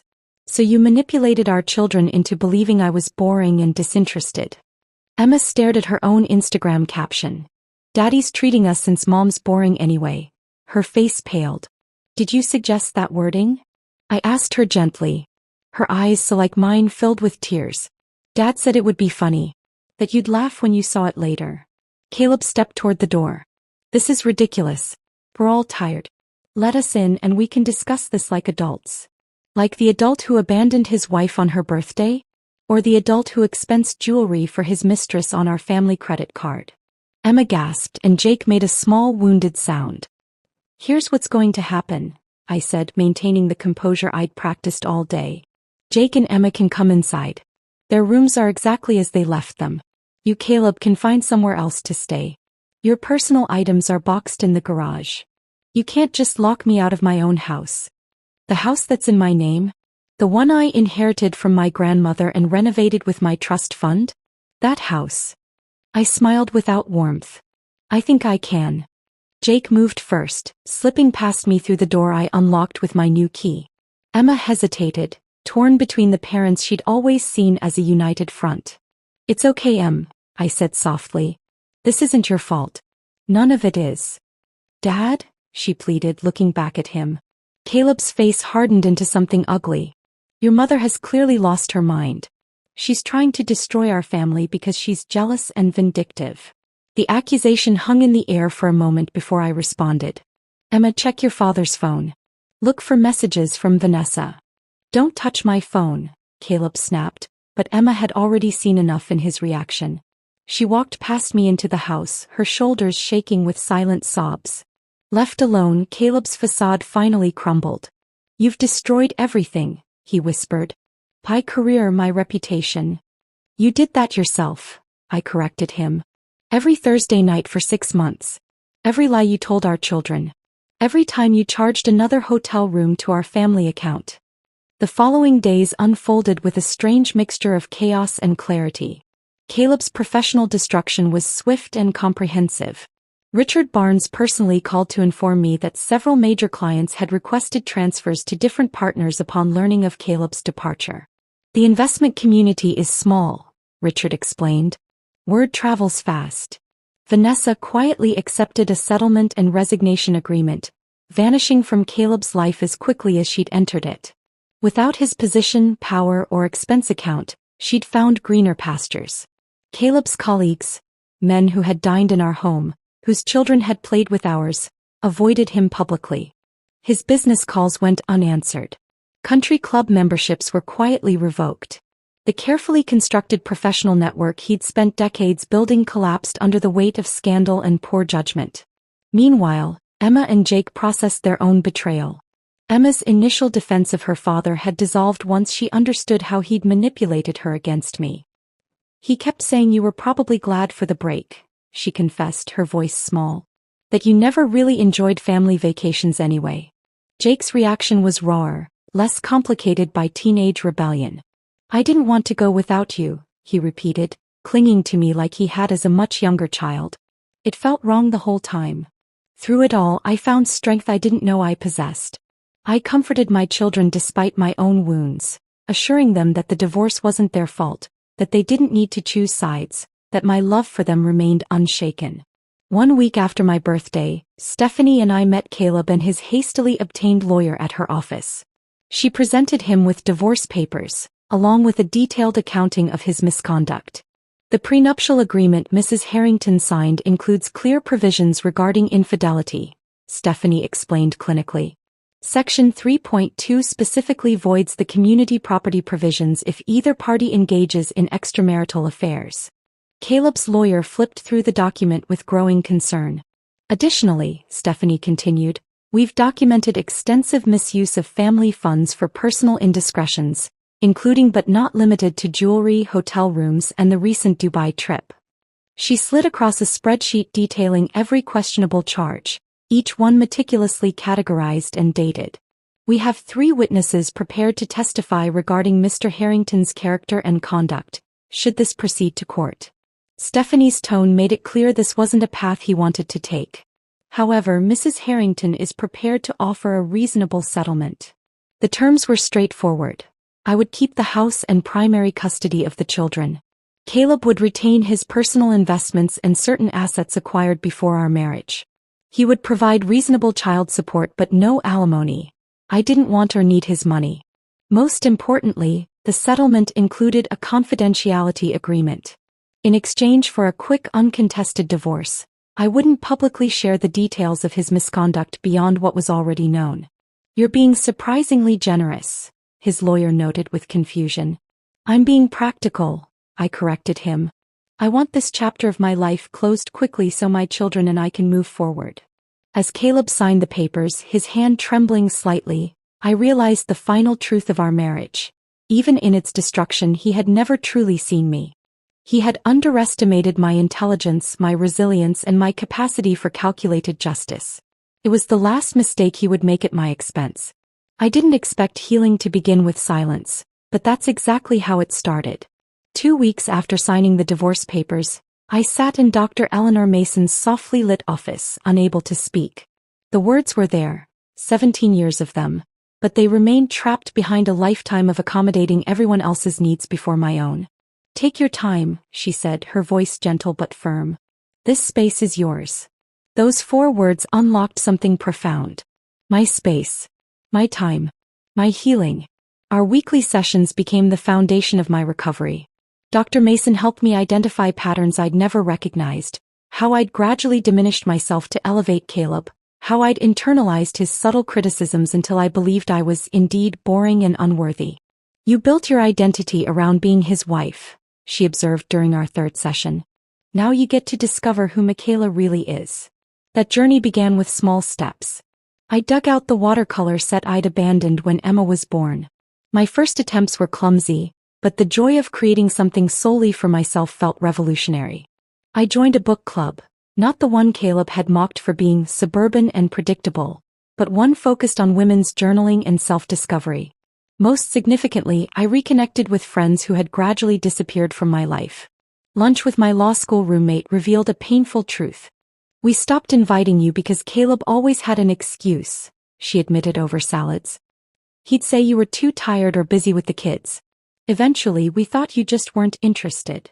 Similar conversations with other friends revealed how methodically Caleb had isolated me under the guise of protection and family priorities. Each reconnection felt like reclaiming a piece of myself that had been systematically removed. My journal became a sanctuary where I processed anger that sometimes overwhelmed me in unexpected moments. Today I found his old running shoes in the garage and threw them in the trash. I wrote one evening. Then I felt guilty and retrieved them. Then I felt angry for feeling guilty and threw them out again. Progress isn't linear. The children's healing progressed alongside mine. Emma, initially devastated by her unwitting role in Caleb's deception, withdrew into herself. Jake became clingy, afraid I might disappear if he didn't keep me in sight. Their mandatory visits with Caleb, now living in a downtown apartment, often ended with emotional aftershocks that reverberated through our home. I established new family traditions to replace ones tainted by betrayal. Our Friday movie nights, once curated by Caleb who controlled the selections, transformed into a democratic process where everyone got equal votes. Sunday brunches, previously rushed affairs before Caleb's golf games, became leisurely gatherings where conversation flowed freely. Family counseling provided a neutral space for Emma and Jake to express their complicated emotions. "I'm mad at Dad, but I still love him," Jake confessed during one session. "Does that make me disloyal to Mom?" "Love isn't a finite resource," our counselor explained. "Loving your father doesn't diminish your love for your mother." Emma's healing was more complex, her teenage identity intertwined with her perception of our family. "You're different now," she observed one evening as we prepared dinner together. "Another new tradition. You laugh more." "I'm remembering who I was," I told her, "and discovering who I can be." "I'm sorry about that Instagram caption," she whispered, her voice catching. "I would never have posted that if I'd known." I pulled her into an embrace. "I know, sweetheart. We were all manipulated in different ways. This new vulnerability between us, my willingness to share appropriate aspects of my own healing journey, strengthened our bond in ways I hadn't anticipated. My children began to see me as a whole person, not just their mother, and that perspective shift created space for authentic connection. 3 months after the divorce filing, Richard Barnes called with an unexpected proposition. "Sullivan and Pierce is establishing a new ethics compliance division," he explained. "Given your legal background and unique perspective on executive misconduct, we'd like to discuss a potential role." The irony wasn't lost on me. The firm that had once been the site of my deepest betrayal was now offering professional redemption. "I'm not interested in being a cautionary tale," I told him frankly. "That's exactly why you're perfect for this," Richard countered. "You understand the human cost of ethical breaches. And frankly, several of our female executives specifically requested your involvement." After careful consideration and discussions with my therapist, I accepted an interview. Walking into Sullivan and Pierce's headquarters felt surreal, but also empowering. I was no longer Caleb Harrington's wife but Michaela Harrington J.D., professional in my own right. The position they offered was tailor-made. Flexible hours that accommodated my family responsibilities, challenging work that utilized my legal expertise, and the opportunity to develop policies that might prevent others from experiencing what I had endured. After completing refresher certifications in corporate compliance law, I stepped back into professional life with a confidence I hadn't felt in decades. 6 months after my ruined 40th birthday, I faced Caleb for the final divorce proceeding. The man who entered the conference room barely resembled the husband I'd known. His designer clothes hung loosely on his frame, gray had appeared at his temples, and the charming confidence that once defined him had vanished. "You look well," he offered, his tone suggesting surprise. "I am well," I replied simply. As our attorneys finalized the agreement, Caleb attempted one last manipulation. "I've been doing a lot of thinking," he began, his voice lowered for privacy. "We built a life together, Michaela. 17 years. The kids need stability. Maybe we could consider counseling, a fresh start." I cut him off gently but firmly. "There's no going back, Caleb. Is this really what you want?" His voice held a dangerous edge. "To tear apart our family over one mistake?" I met his gaze directly. "This is what you created. I'm simply moving forward." Before leaving, I placed a small velvet box on the table between us. Inside was the anniversary necklace he'd given me, the twin to Vanessa's bracelet. "This doesn't belong to me," I said quietly. "It never did."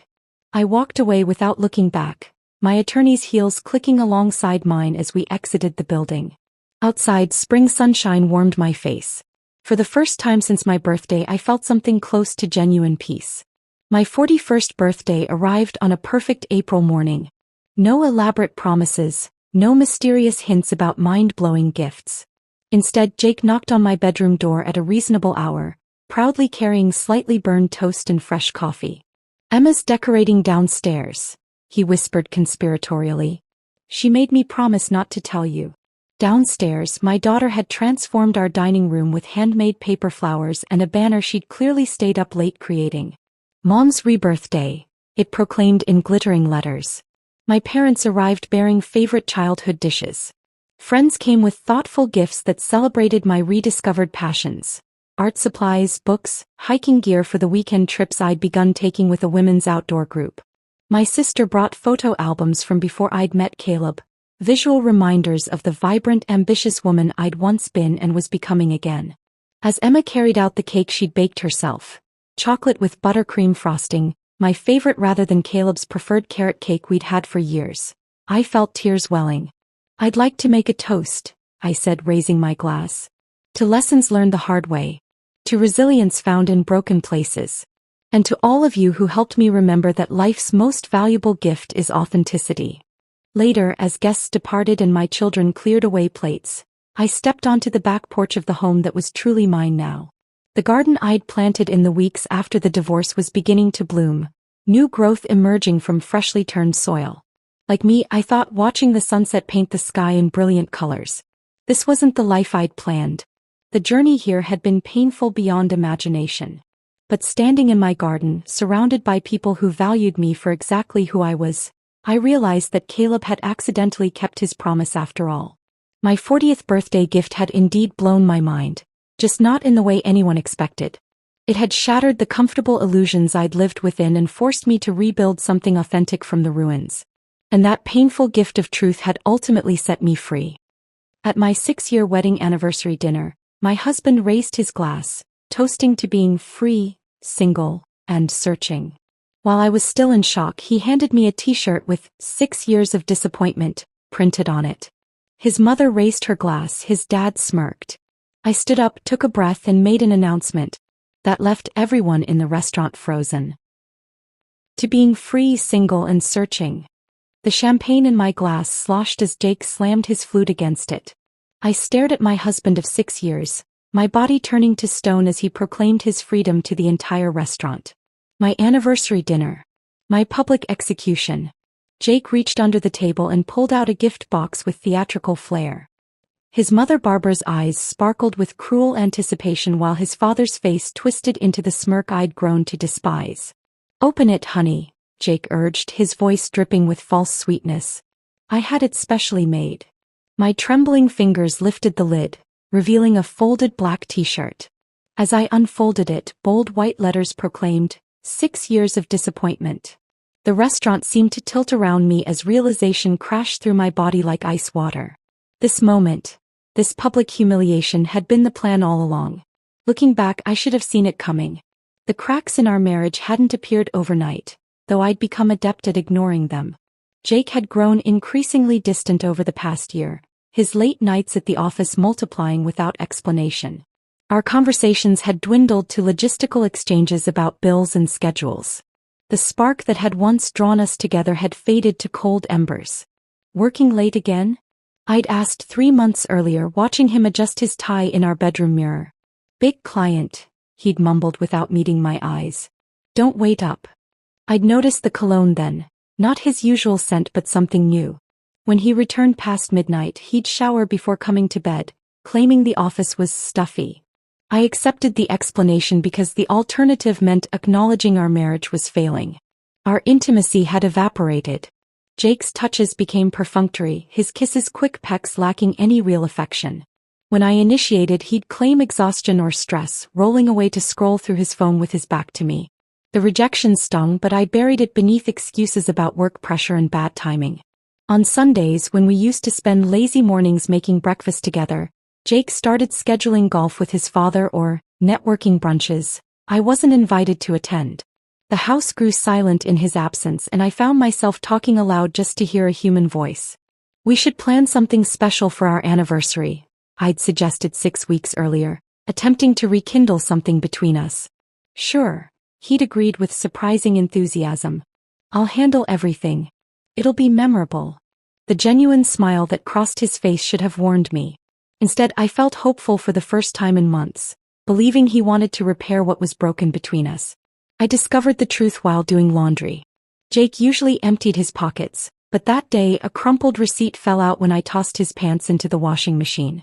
I almost threw it away without looking, but something made me smooth it open. It was from a custom t-shirt shop downtown, dated 3 weeks earlier. The description line read, "Black tee, white print, 6 years of disappointment." My stomach clenched as I read it again, not quite processing what it meant. A joke for a friend? A gag gift for someone else? The date on the receipt aligned with the day Jake claimed to have worked late. I felt the foundation of my world shift beneath my feet. Sitting on the laundry room floor surrounded by dirty clothes, I realized my husband was planning to humiliate me on our anniversary. The thought seemed too cruel to be real, yet the evidence sat in my hand, impossible to misinterpret. That night, I studied Jake across the dinner table, wondering how the man I'd pledged my life to could become this stranger planning my public shame. I searched for hints of the person I'd fallen in love with, but his eyes remained distant, occasionally checking his phone hidden beneath the table. "Everything okay?" he asked, noticing my stare. "Perfect," I lied, matching his false smile with one of my own. The next revelation came from an unexpected source. I'd begun frequenting a small cafe near my office, seeking solace in neutral territory away from our increasingly tense home. Megan, a waitress there, gradually became familiar with my order and my face. "Rough day?" she asked one afternoon, setting down my latte.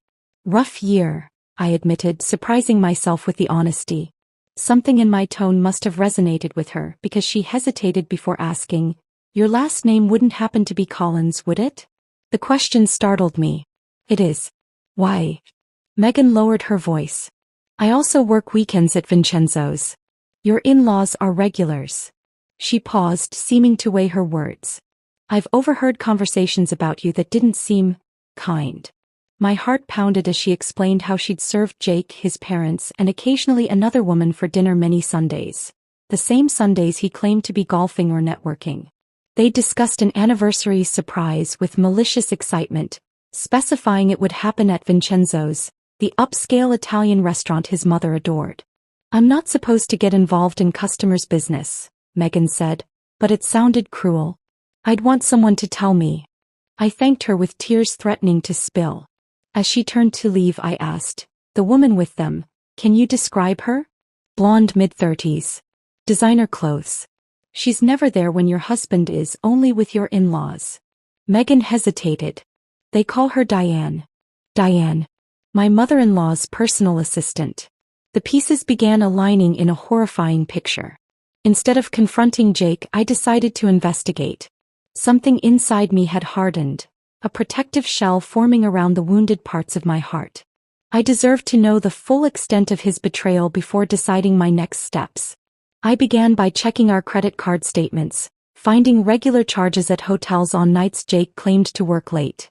There were jewelry purchases I'd never received and dinners at restaurants I'd never visited. The paper trail of deceit stretched back further than I'd imagined. One afternoon while Jake was at work, I searched his home office. Hidden in the back of his desk drawer, I found a burner phone containing hundreds of text messages between him and someone saved simply as D. The exchanges were intimate and detailed, including plans for their future together once the anniversary was handled. They discussed me in clinical terms like a problem to be solved. Jake complained about my cooking, my appearance, even my devotion to him, twisting my loyalty into something pathetic. Reading their conversation felt like being stabbed repeatedly, each message another wound to my already bleeding heart. But beneath the pain, anger sparked. Who was he to judge me? Who were they to plan my humiliation as entertainment? I photographed everything, documenting each betrayal meticulously. Whatever happened next, I wouldn't face it unarmed. "Do you have any questions about the process?" the divorce attorney asked, sliding a folder of paperwork across her desk. I'd made the appointment impulsively after discovering the burner phone, needing to understand my options. Attorney Sarah Reeves had come recommended as someone who handled high-conflict divorces with discretion. "What about financial protection?" I asked, thinking of our joint accounts. "If I wanted to secure assets before filing?" "Legally, you're entitled to your fair share," she explained. "I'd recommend documenting everything now and moving your portion to separate accounts before any confrontation occurs. It's not hiding assets, it's protecting what's rightfully yours." The meeting lasted an hour, during which I outlined the evidence I'd gathered. Sarah listened without judgment, taking careful notes. "It sounds like your husband and his family are planning something particularly vindictive," she observed. "Given that, I'd suggest being strategic rather than reactive." As she detailed potential approaches, something settled inside me. A cold, clear determination replacing the chaotic hurt. This wasn't just about ending a marriage. It was about reclaiming my dignity from people who planned to strip it away for their amusement. When I left her office, clutching a folder of legal options, I felt different. Heartbroken, yes, but also resolute. The woman who'd entered that office had been desperate and wounded. The one who walked out was beginning to sketch the outline of a counterattack. Jake had no idea what was coming. Neither did I, not yet, but I knew with absolute certainty that his toast to freedom would not go as planned. My newfound determination pushed me forward like a woman possessed. With legal advice fresh in my mind, I decided to follow the money before Jake suspected anything. Our checking account showed normal activity, but when I dug deeper into our joint investment portfolio, alarm bells started ringing.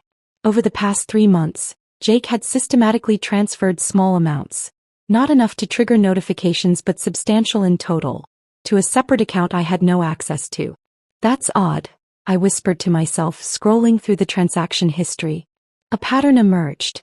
$2,000 here, $1,500 there, always just below the notification threshold we'd set up. The transfers began exactly 4 months ago, right around the time Jake's behavior had shifted from merely distant to actively secretive. I called our financial advisor, pretending everything was normal. Mark, quick question about those recent transfers from our joint portfolio. The ones to Jake's personal account? He mentioned you were saving for a big anniversary surprise. Mark sounded genuinely pleased for us. Didn't want to spoil it by sending statements to your shared email. A chill spread through me. Of course. Just double-checking the numbers. How much has been moved in total? The figure he quoted made my knees buckle. Nearly $80,000. Almost half our liquid savings had been systematically siphoned away. The anniversary surprise wasn't just a humiliating t-shirt. Jake was preparing to leave me financially vulnerable too. I thanked Mark casually and hung up before anger could seep into my voice. That same afternoon, I opened a separate account at a different bank and transferred my personal savings, money I'd inherited from my grandmother, out of our shared account. It wasn't much compared to what Jake had taken, but it gave me breathing room. The search for financial documents led me to the attic, a space I rarely entered. Jake had insisted on storing our important papers there in a filing cabinet he'd inherited from his father. The cabinet itself was a hulking metal monster, covered in a layer of dust that suggested Jake hadn't accessed it recently either. I found our mortgage papers and tax returns easily enough, but the bottom drawer contained something unexpected. A cardboard box labeled simply family. Inside were photo albums and newspaper clippings dating back 2 decades. Most featured Jake's parents at various social events, testimonials to their status in our small community. But tucked at the bottom was a smaller album with a tarnished leather cover. The photos inside showed a different family than the one I knew. Barbara smiling genuinely, Richard without his perpetual scowl, Jake as a teenager with braces, and beside him in almost every shot, another boy a few years older. I flipped the album over, finding names and dates written in faded ink. Jake and Michael, summer 1998. Michael. Jake had never mentioned a brother. Digging deeper into the box, I found a newspaper clipping with the headline, "Local Student Wins Full Scholarship to Princeton." The grainy photo showed a serious young man with Jake's jawline but different eyes, kinder somehow. The article identified him as Michael Collins, son of Richard and Barbara, graduating valedictorian. Another clipping, dated 3 years later, mentioned rising financial star Michael Collins, joining a prestigious firm in New York. Then nothing, as if he'd been erased from the family record. I sat back on my heels, dust motes dancing in the attic's dim light. 6 years of marriage and Jake had never once mentioned having a brother. What else had been hidden from me? You didn't know about Michael? Mrs. Porter's eyebrows shot up nearly to her hairline. Our neighbor was in her 70s and had lived next door to the Collins family for decades. If anyone knew their secrets, it would be her. I'd brought her a homemade pie as pretense for my questions, claiming I was putting together a family photo album for our anniversary. Jake mentioned a brother once but never elaborated. I lied smoothly. I thought it might be nice to include some childhood photos of them together. Mrs. Porter's living room smelled of lavender and old books. She set down her teacup with a clatter. Well, I'm not one to gossip, but that family did that boy wrong. Michael was the smart one. Kind too. Richard had his life all planned out. Ivy League education, then join the family business. But Michael wanted to make his own path. According to Mrs. Porter, the final break came after Michael discovered questionable accounting in his father's business and threatened to report it unless changes were made. He was cut off completely, name never spoken again in the family home. And Jake? I prompted. Were they close? Thick as thieves growing up. But Jake always needed his parents' approval more than Michael did. She leaned forward, lowering her voice. After Michael left, Richard and Barbara focused all their attention on shaping Jake. Told him what to study, where to work, even who to date. My stomach clenched. Who to date? Mrs. Porter patted my hand sympathetically. They never thought anyone was good enough for their remaining son. When Jake brought you home, Barbara spent weeks telling everyone you were temporary. Even your wedding. Remember how they insisted on changing your colors from blue to burgundy? Barbara told my daughter it was because blue wasn't sophisticated enough for Colin's family photos. I remembered the color change, how I'd given in to keep the peace. How many other decisions had been influenced by the Collins family's manipulation. They control everything in Jake's life, Mrs. Porter continued. That fancy job. Richard pulled strings. Your house. Barbara found it. I've always wondered how much of your marriage was Jake's choice and how much was their orchestration. I left Mrs. Porter's with my mind spinning. Our entire relationship suddenly felt suspect, potentially just another checkbox in a life planned by Jake's controlling parents. The final piece fell into place 3 days later. I'd been monitoring Jake's emails. His password had remained our wedding date despite my suggestion to change it regularly. Most messages were work-related, but one exchange with his mother made my blood boil. Everything's set for Saturday, Barbara had written. Vincenzo's confirms our reservation for 7 p.m. Richard thinks the t-shirt is too much, but I disagree. That girl needs to understand she never belonged in this family. Jake's reply was brief. T-shirt is fine. Dad will come around when he sees her face. My hands shook with rage. Not only had Barbara orchestrated my public humiliation, but she'd been the one to push for the t-shirt, and Jake had eagerly agreed. A follow-up email included a receipt from Barbara's credit card, payment for the custom shirt I'd discovered earlier, plus a reservation deposit at Vincenzo's. She'd even specified a corner table, for maximum visibility according to her note. I'd spent 6 years trying to please these people, believing their coldness was just their nature. Now I understood the truth. They had never intended to accept me. I wasn't just fighting a failing marriage. I was up against an entire family system designed to control and ultimately discard me. In that moment, the last of my tears dried up. In their place grew something harder, more resolute. If the Collins family wanted war, I would give them one. But I needed an ally. Someone who understood their tactics from the inside. I needed to find Michael Collins. Finding Michael Collins proved easier than I expected. A simple LinkedIn search revealed he worked as a financial consultant in Boston, just 3 hours from our suburb. His profile picture showed a man with Jake's jawline but gentler eyes, dressed in a crisp suit that couldn't quite hide a rebellious edge. No mention of family appeared in his biography, just academic credentials and professional accomplishments. I sent him a message that evening, deliberately vague. My name is Emma Collins. I'm married to Jake. There are things about your family I believe we should discuss. Would you be willing to meet? His response came the next morning, just 4 words. Cornerstone Cafe. Sunday. Noon. The drive to Boston gave me too much time to doubt myself. What if Michael was worse than his family? What if this was a trap?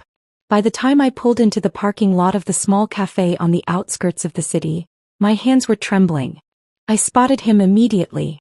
Michael sat at a corner table, angled to watch both the door and street, a posture that spoke of habitual vigilance. He stood when our eyes met, uncertainty flickering across his face. Up close, the resemblance to Jake was stronger yet somehow more distant, like looking at what Jake might have become in a kinder universe. Emma, he said, offering a hand rather than a hug. You look nothing like the wedding photo they keep on the mantle. They still have our wedding photo displayed? I couldn't hide my surprise. A ghost of a smile touched his lips. Barbara points to it whenever she mentions you.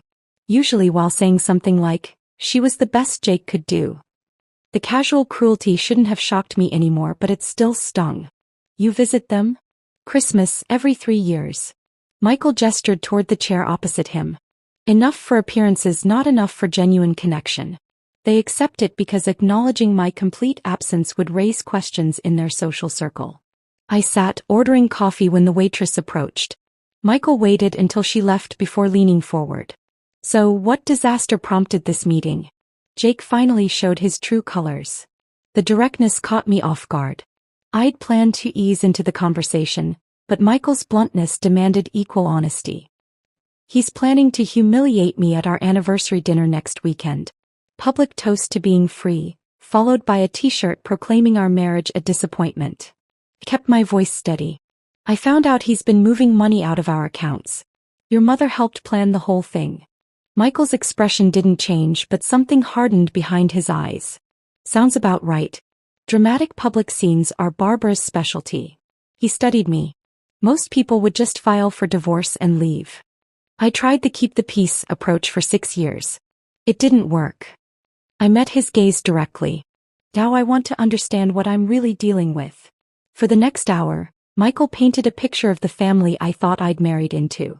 Richard Collins had built his financial services firm through connections rather than ethics, cutting corners and leveraging secrets he knew about influential people. Barbara, with her society connections, provided access to wealthy clients while carefully crafting the family's respectable image. My first mistake was being too good at math, Michael explained, a bitter smile playing at his lips. I joined the firm after college, part of Dad's grand plan. 3 months in, I noticed discrepancies in certain client accounts. Small percentages skimmed systematically over years. When he confronted his father, Richard offered justifications about management fees clients had verbally approved. When Michael pushed back, threatening to report the irregularities, the family response was swift and absolute. They gave me a choice: fall in line or be erased. Michael's voice remained even, but his knuckles whitened around his coffee cup. I chose erasure. Left town that night with what I could pack in my car. By morning, my bank accounts were frozen, my credit cards canceled, and my name removed from the company website. And Jake? I asked softly. Jake called once about a week later. Said he wanted to understand my side. Pain flashed across Michael's face. Then I heard Dad's voice in the background asking who he was talking to. Jake said no one, and hung up. That was 12 years ago. The casual betrayal felt familiar, echoing Jake's treatment of me. He never mentioned having a brother. Not once in 6 years. Michael nodded as if this confirmed something. Jake was always desperate for their approval. I was the heir, he was the spare, until I wasn't, and he got everything he ever wanted. Including their full attention, which is both a gift and a curse. They controlled everything, I murmured, remembering Mrs. Porter's words. Even who he married. Especially that. Michael's gaze softened with something like sympathy. Let me guess, they introduced you? Barbara probably mentioned how perfect you'd be for Jake within 5 minutes of meeting you. The accuracy sent a chill through me. We'd met at a charity gala Barbara had insisted Jake attend. She'd called me refreshingly unpretentious when Jake introduced us. What I'd taken as a compliment now revealed as calculation. They wanted someone they could control, I realized aloud. Someone grateful to be included in their world who wouldn't ask too many questions. And when you eventually did, the countdown to replacement began. I felt sick. They never saw me as family. I was always temporary. We moved to a small park after the cafe, continuing our conversation on a bench overlooking a pond. The afternoon light softened as Michael shared more about the family dynamics I'd married into. With each story, the pieces of my shattered life seemed to realign into a new pattern. One where I wasn't the failure but the inevitable casualty of a toxic system. I have something you should see, Michael said eventually, retrieving a folder from his messenger bag. After I left, I took certain precautions. Insurance, if you will. The folder contained copies of original partnership documents for Collins Financial. According to the paperwork, the firm had been founded by Richard and his father as equal partners. Upon the grandfather's death, the ownership was meant to be split between Richard and his sons. Dad had the documents rewritten after I left, Michael explained. These are the originals. By law, I still own 25% of the company, and eventually, you and Jake would inherit another 25 upon Richard's death. I stared at the papers, understanding dawning.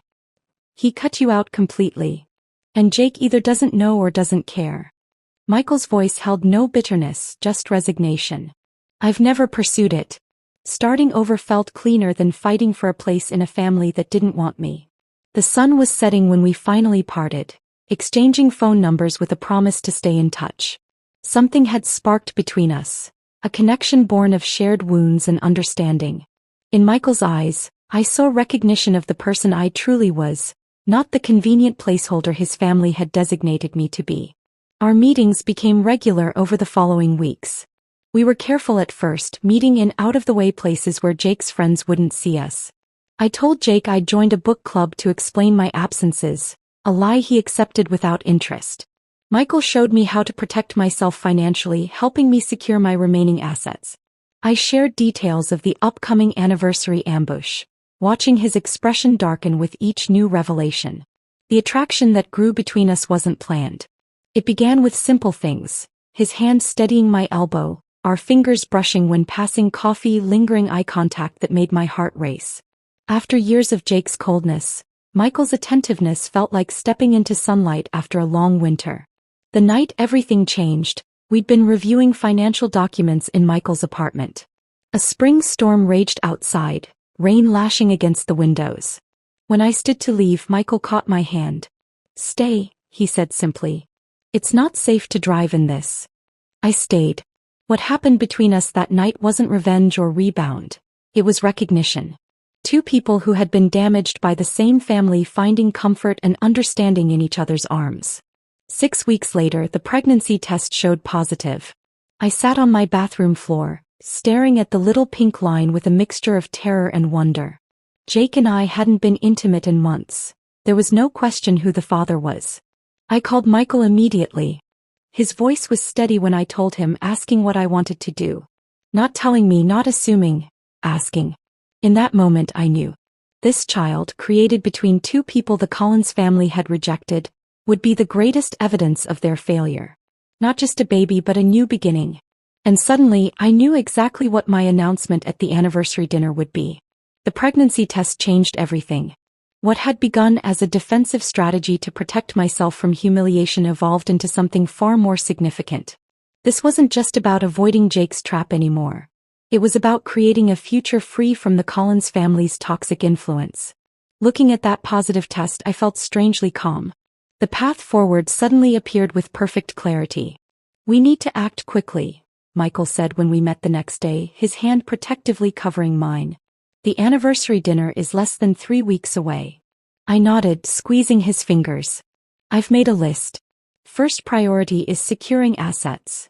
My meeting with Sarah Reeves, the divorce attorney, had prepared me well. She'd outlined the steps to legally protect myself without crossing into improper behavior that could backfire in court.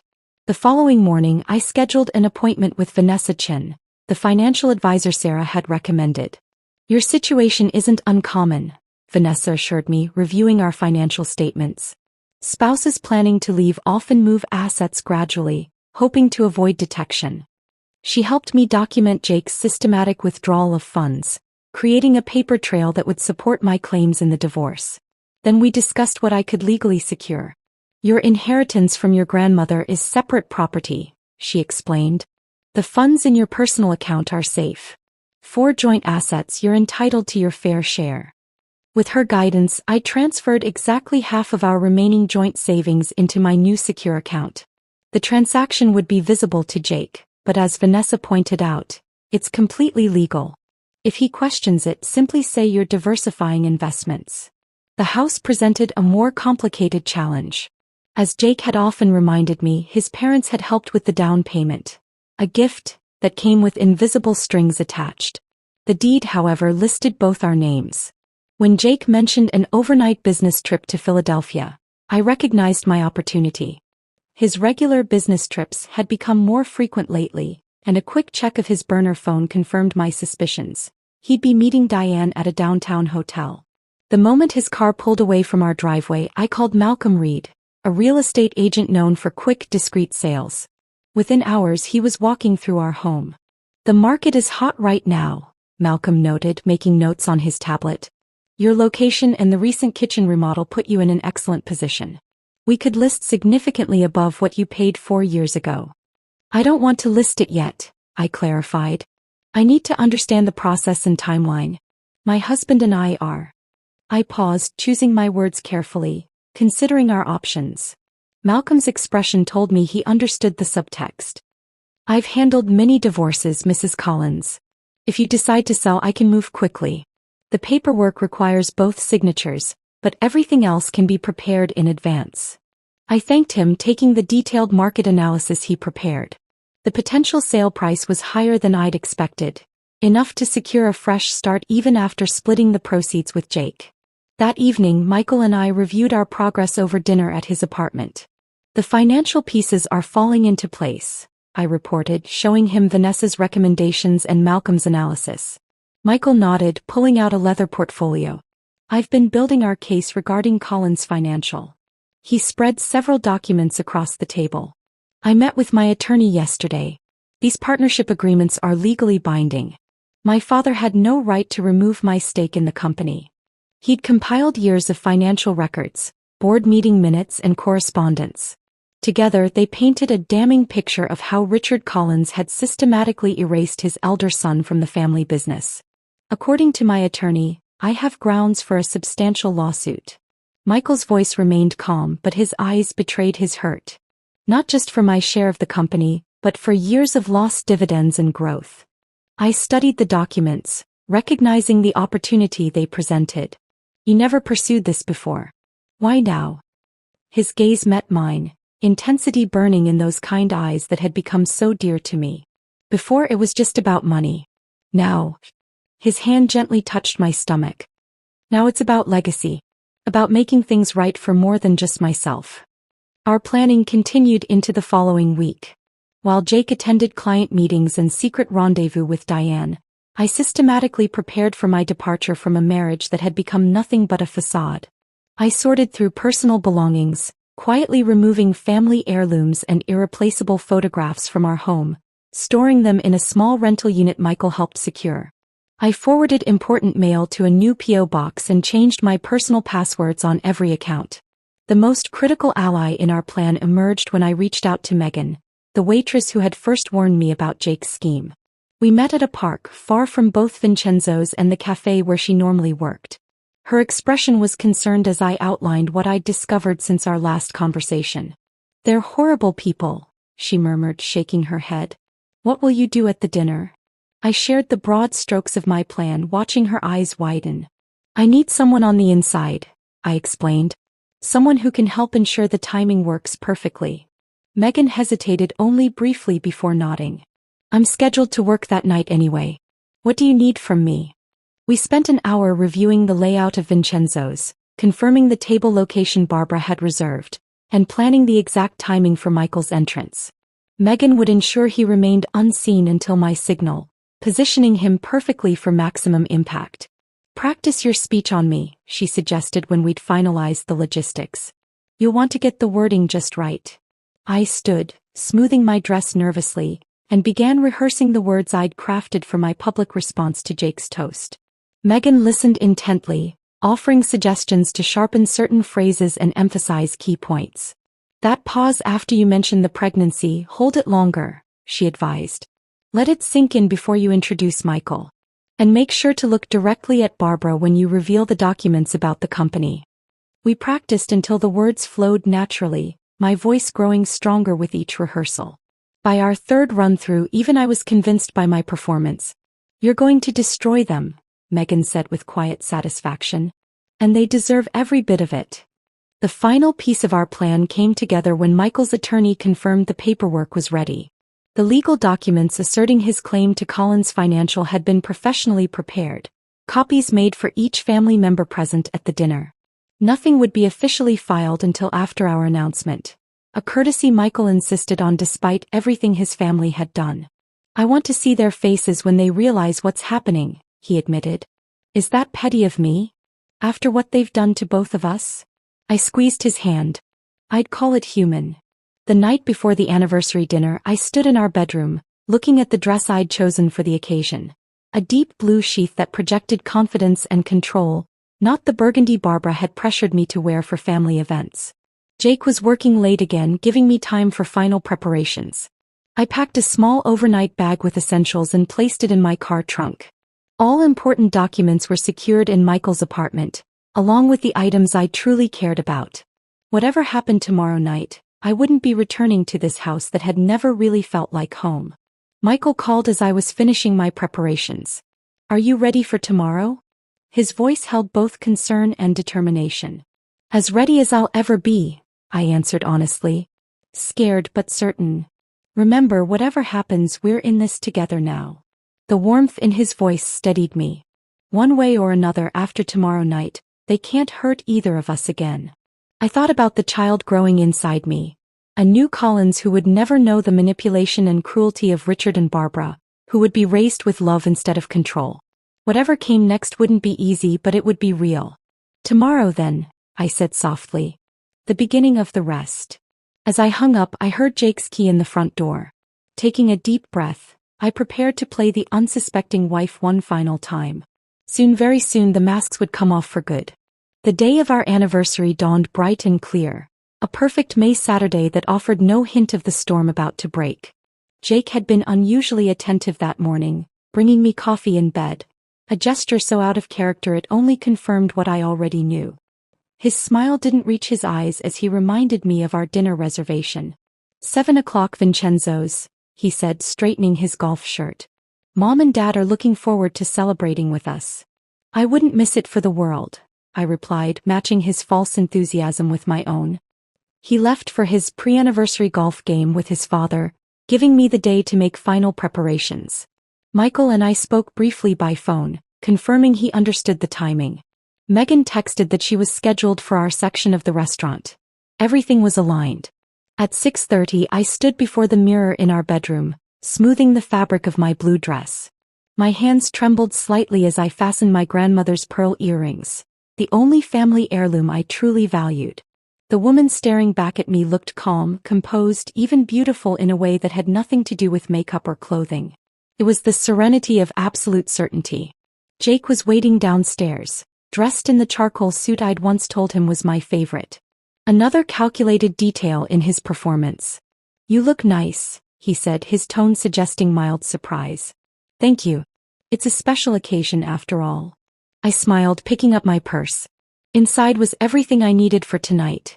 Copies of the financial records, the partnership documents, and a small velvet box Michael had given me yesterday. The drive to Vincenzo's passed in silence, broken only by Jake's occasional comment about traffic or weather.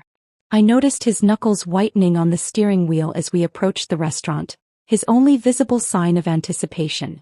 Richard and Barbara were already seated at the corner table when we arrived, exactly as Megan had predicted. Barbara wore an expensive burgundy dress, the Collins family color, and a smile that didn't warm her calculating eyes.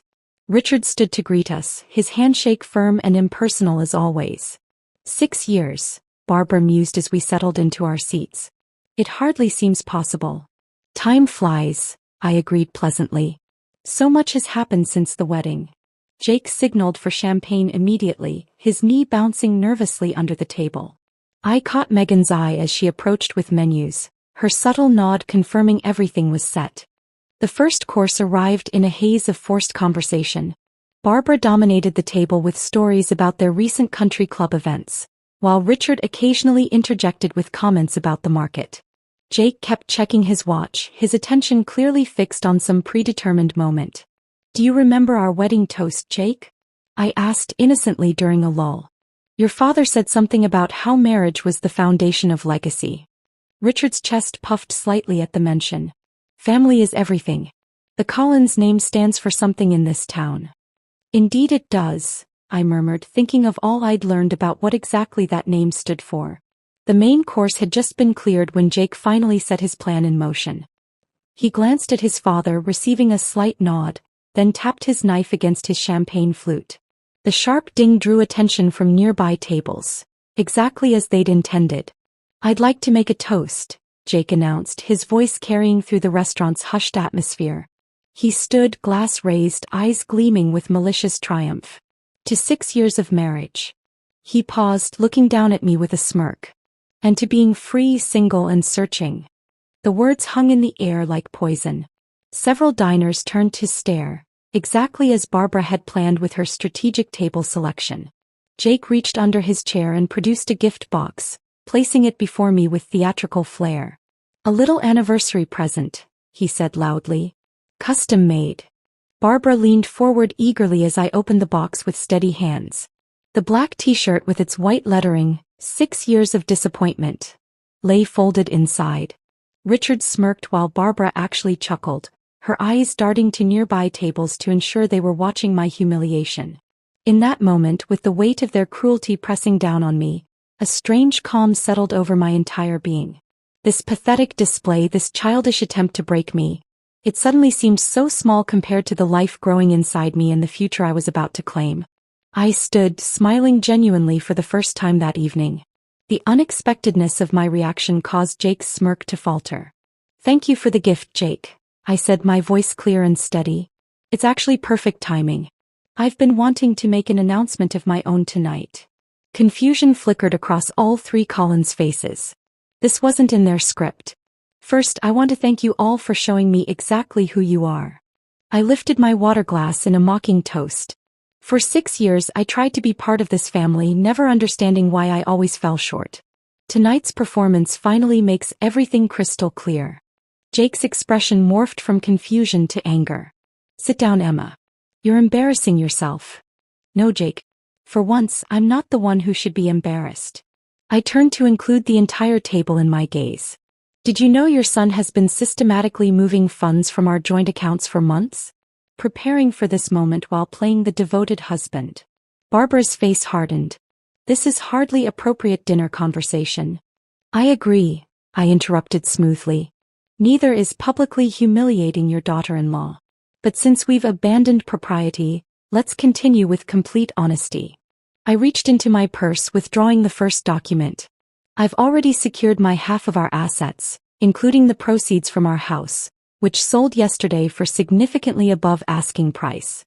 I smiled at their shocked expressions. "Turns out the market is excellent right now." Jake's face flushed crimson. "You can't sell our house without my signature." "You signed the listing agreement 3 weeks ago," I replied calmly. "Remember that stack of work documents you initialed without reading? You really should be more careful with paperwork."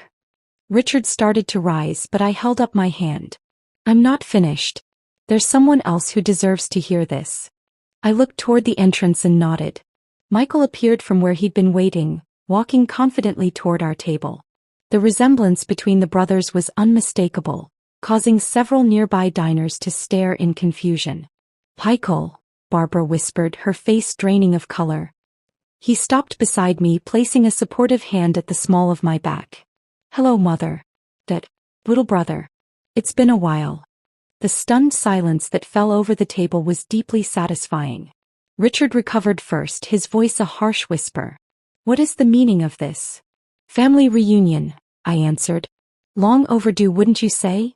Jake stared at his brother, then at me, comprehension slowly dawning. "You and him, you've been getting to know each other," I finished, comparing notes on the Collins family dynamics. "It's been quite illuminating." Michael placed a folder on the table. "These are copies of the original partnership agreements for Collins Financial. As you can see, I still legally own 25% of the company, despite Father's creative accounting suggesting otherwise." Richard's face contorted with rage. "You have no proof." "We have every proof," Michael countered calmly. "Bank records, original documents, witness statements. My attorney has prepared everything for filing first thing Monday morning."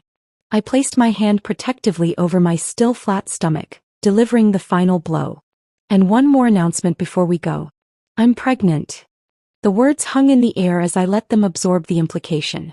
Michael and I are expecting a child, a Collins heir who will never know the manipulation and cruelty you three consider love. The restaurant had fallen completely silent. At nearby tables, diners sat frozen, forks suspended midway to mouths, all pretense of not listening abandoned. Barbara found her voice first, hissing, You planned this entire charade to humiliate us. No, Barbara. You planned a charade to humiliate me. I simply refused to play the victim. I picked up the t-shirt from its box. You should keep this. It suits your family better than it does me. I placed the shirt in front of her, then reached for Michael's hand. Goodbye, Jake. I'll have my lawyer contact you regarding the divorce. As we walked away, I heard the crash of Richard's fist hitting the table, Barbara's harsh whisper to control yourself, and Jake's stunned silence. We passed Megan, who gave me a subtle thumbs up from behind her serving tray. Outside, the evening air felt clean and new against my skin. Michael squeezed my hand as we walked toward his car. Are you okay? He asked softly. I took a deep breath, feeling the weight of 6 years lifting from my shoulders. Behind us, the restaurant door banged open as Jake stormed out, stopping short when he saw us together. This isn't over, he called, his voice breaking slightly. I turned back one last time, meeting his gaze steadily. You're right about one thing, Jake. I am free now. I smiled, genuine and unforced. And that's worth celebrating. Hand in hand with Michael, I walked away from the Collins family and their toxic legacy, toward something real, something honest, something that finally felt like home.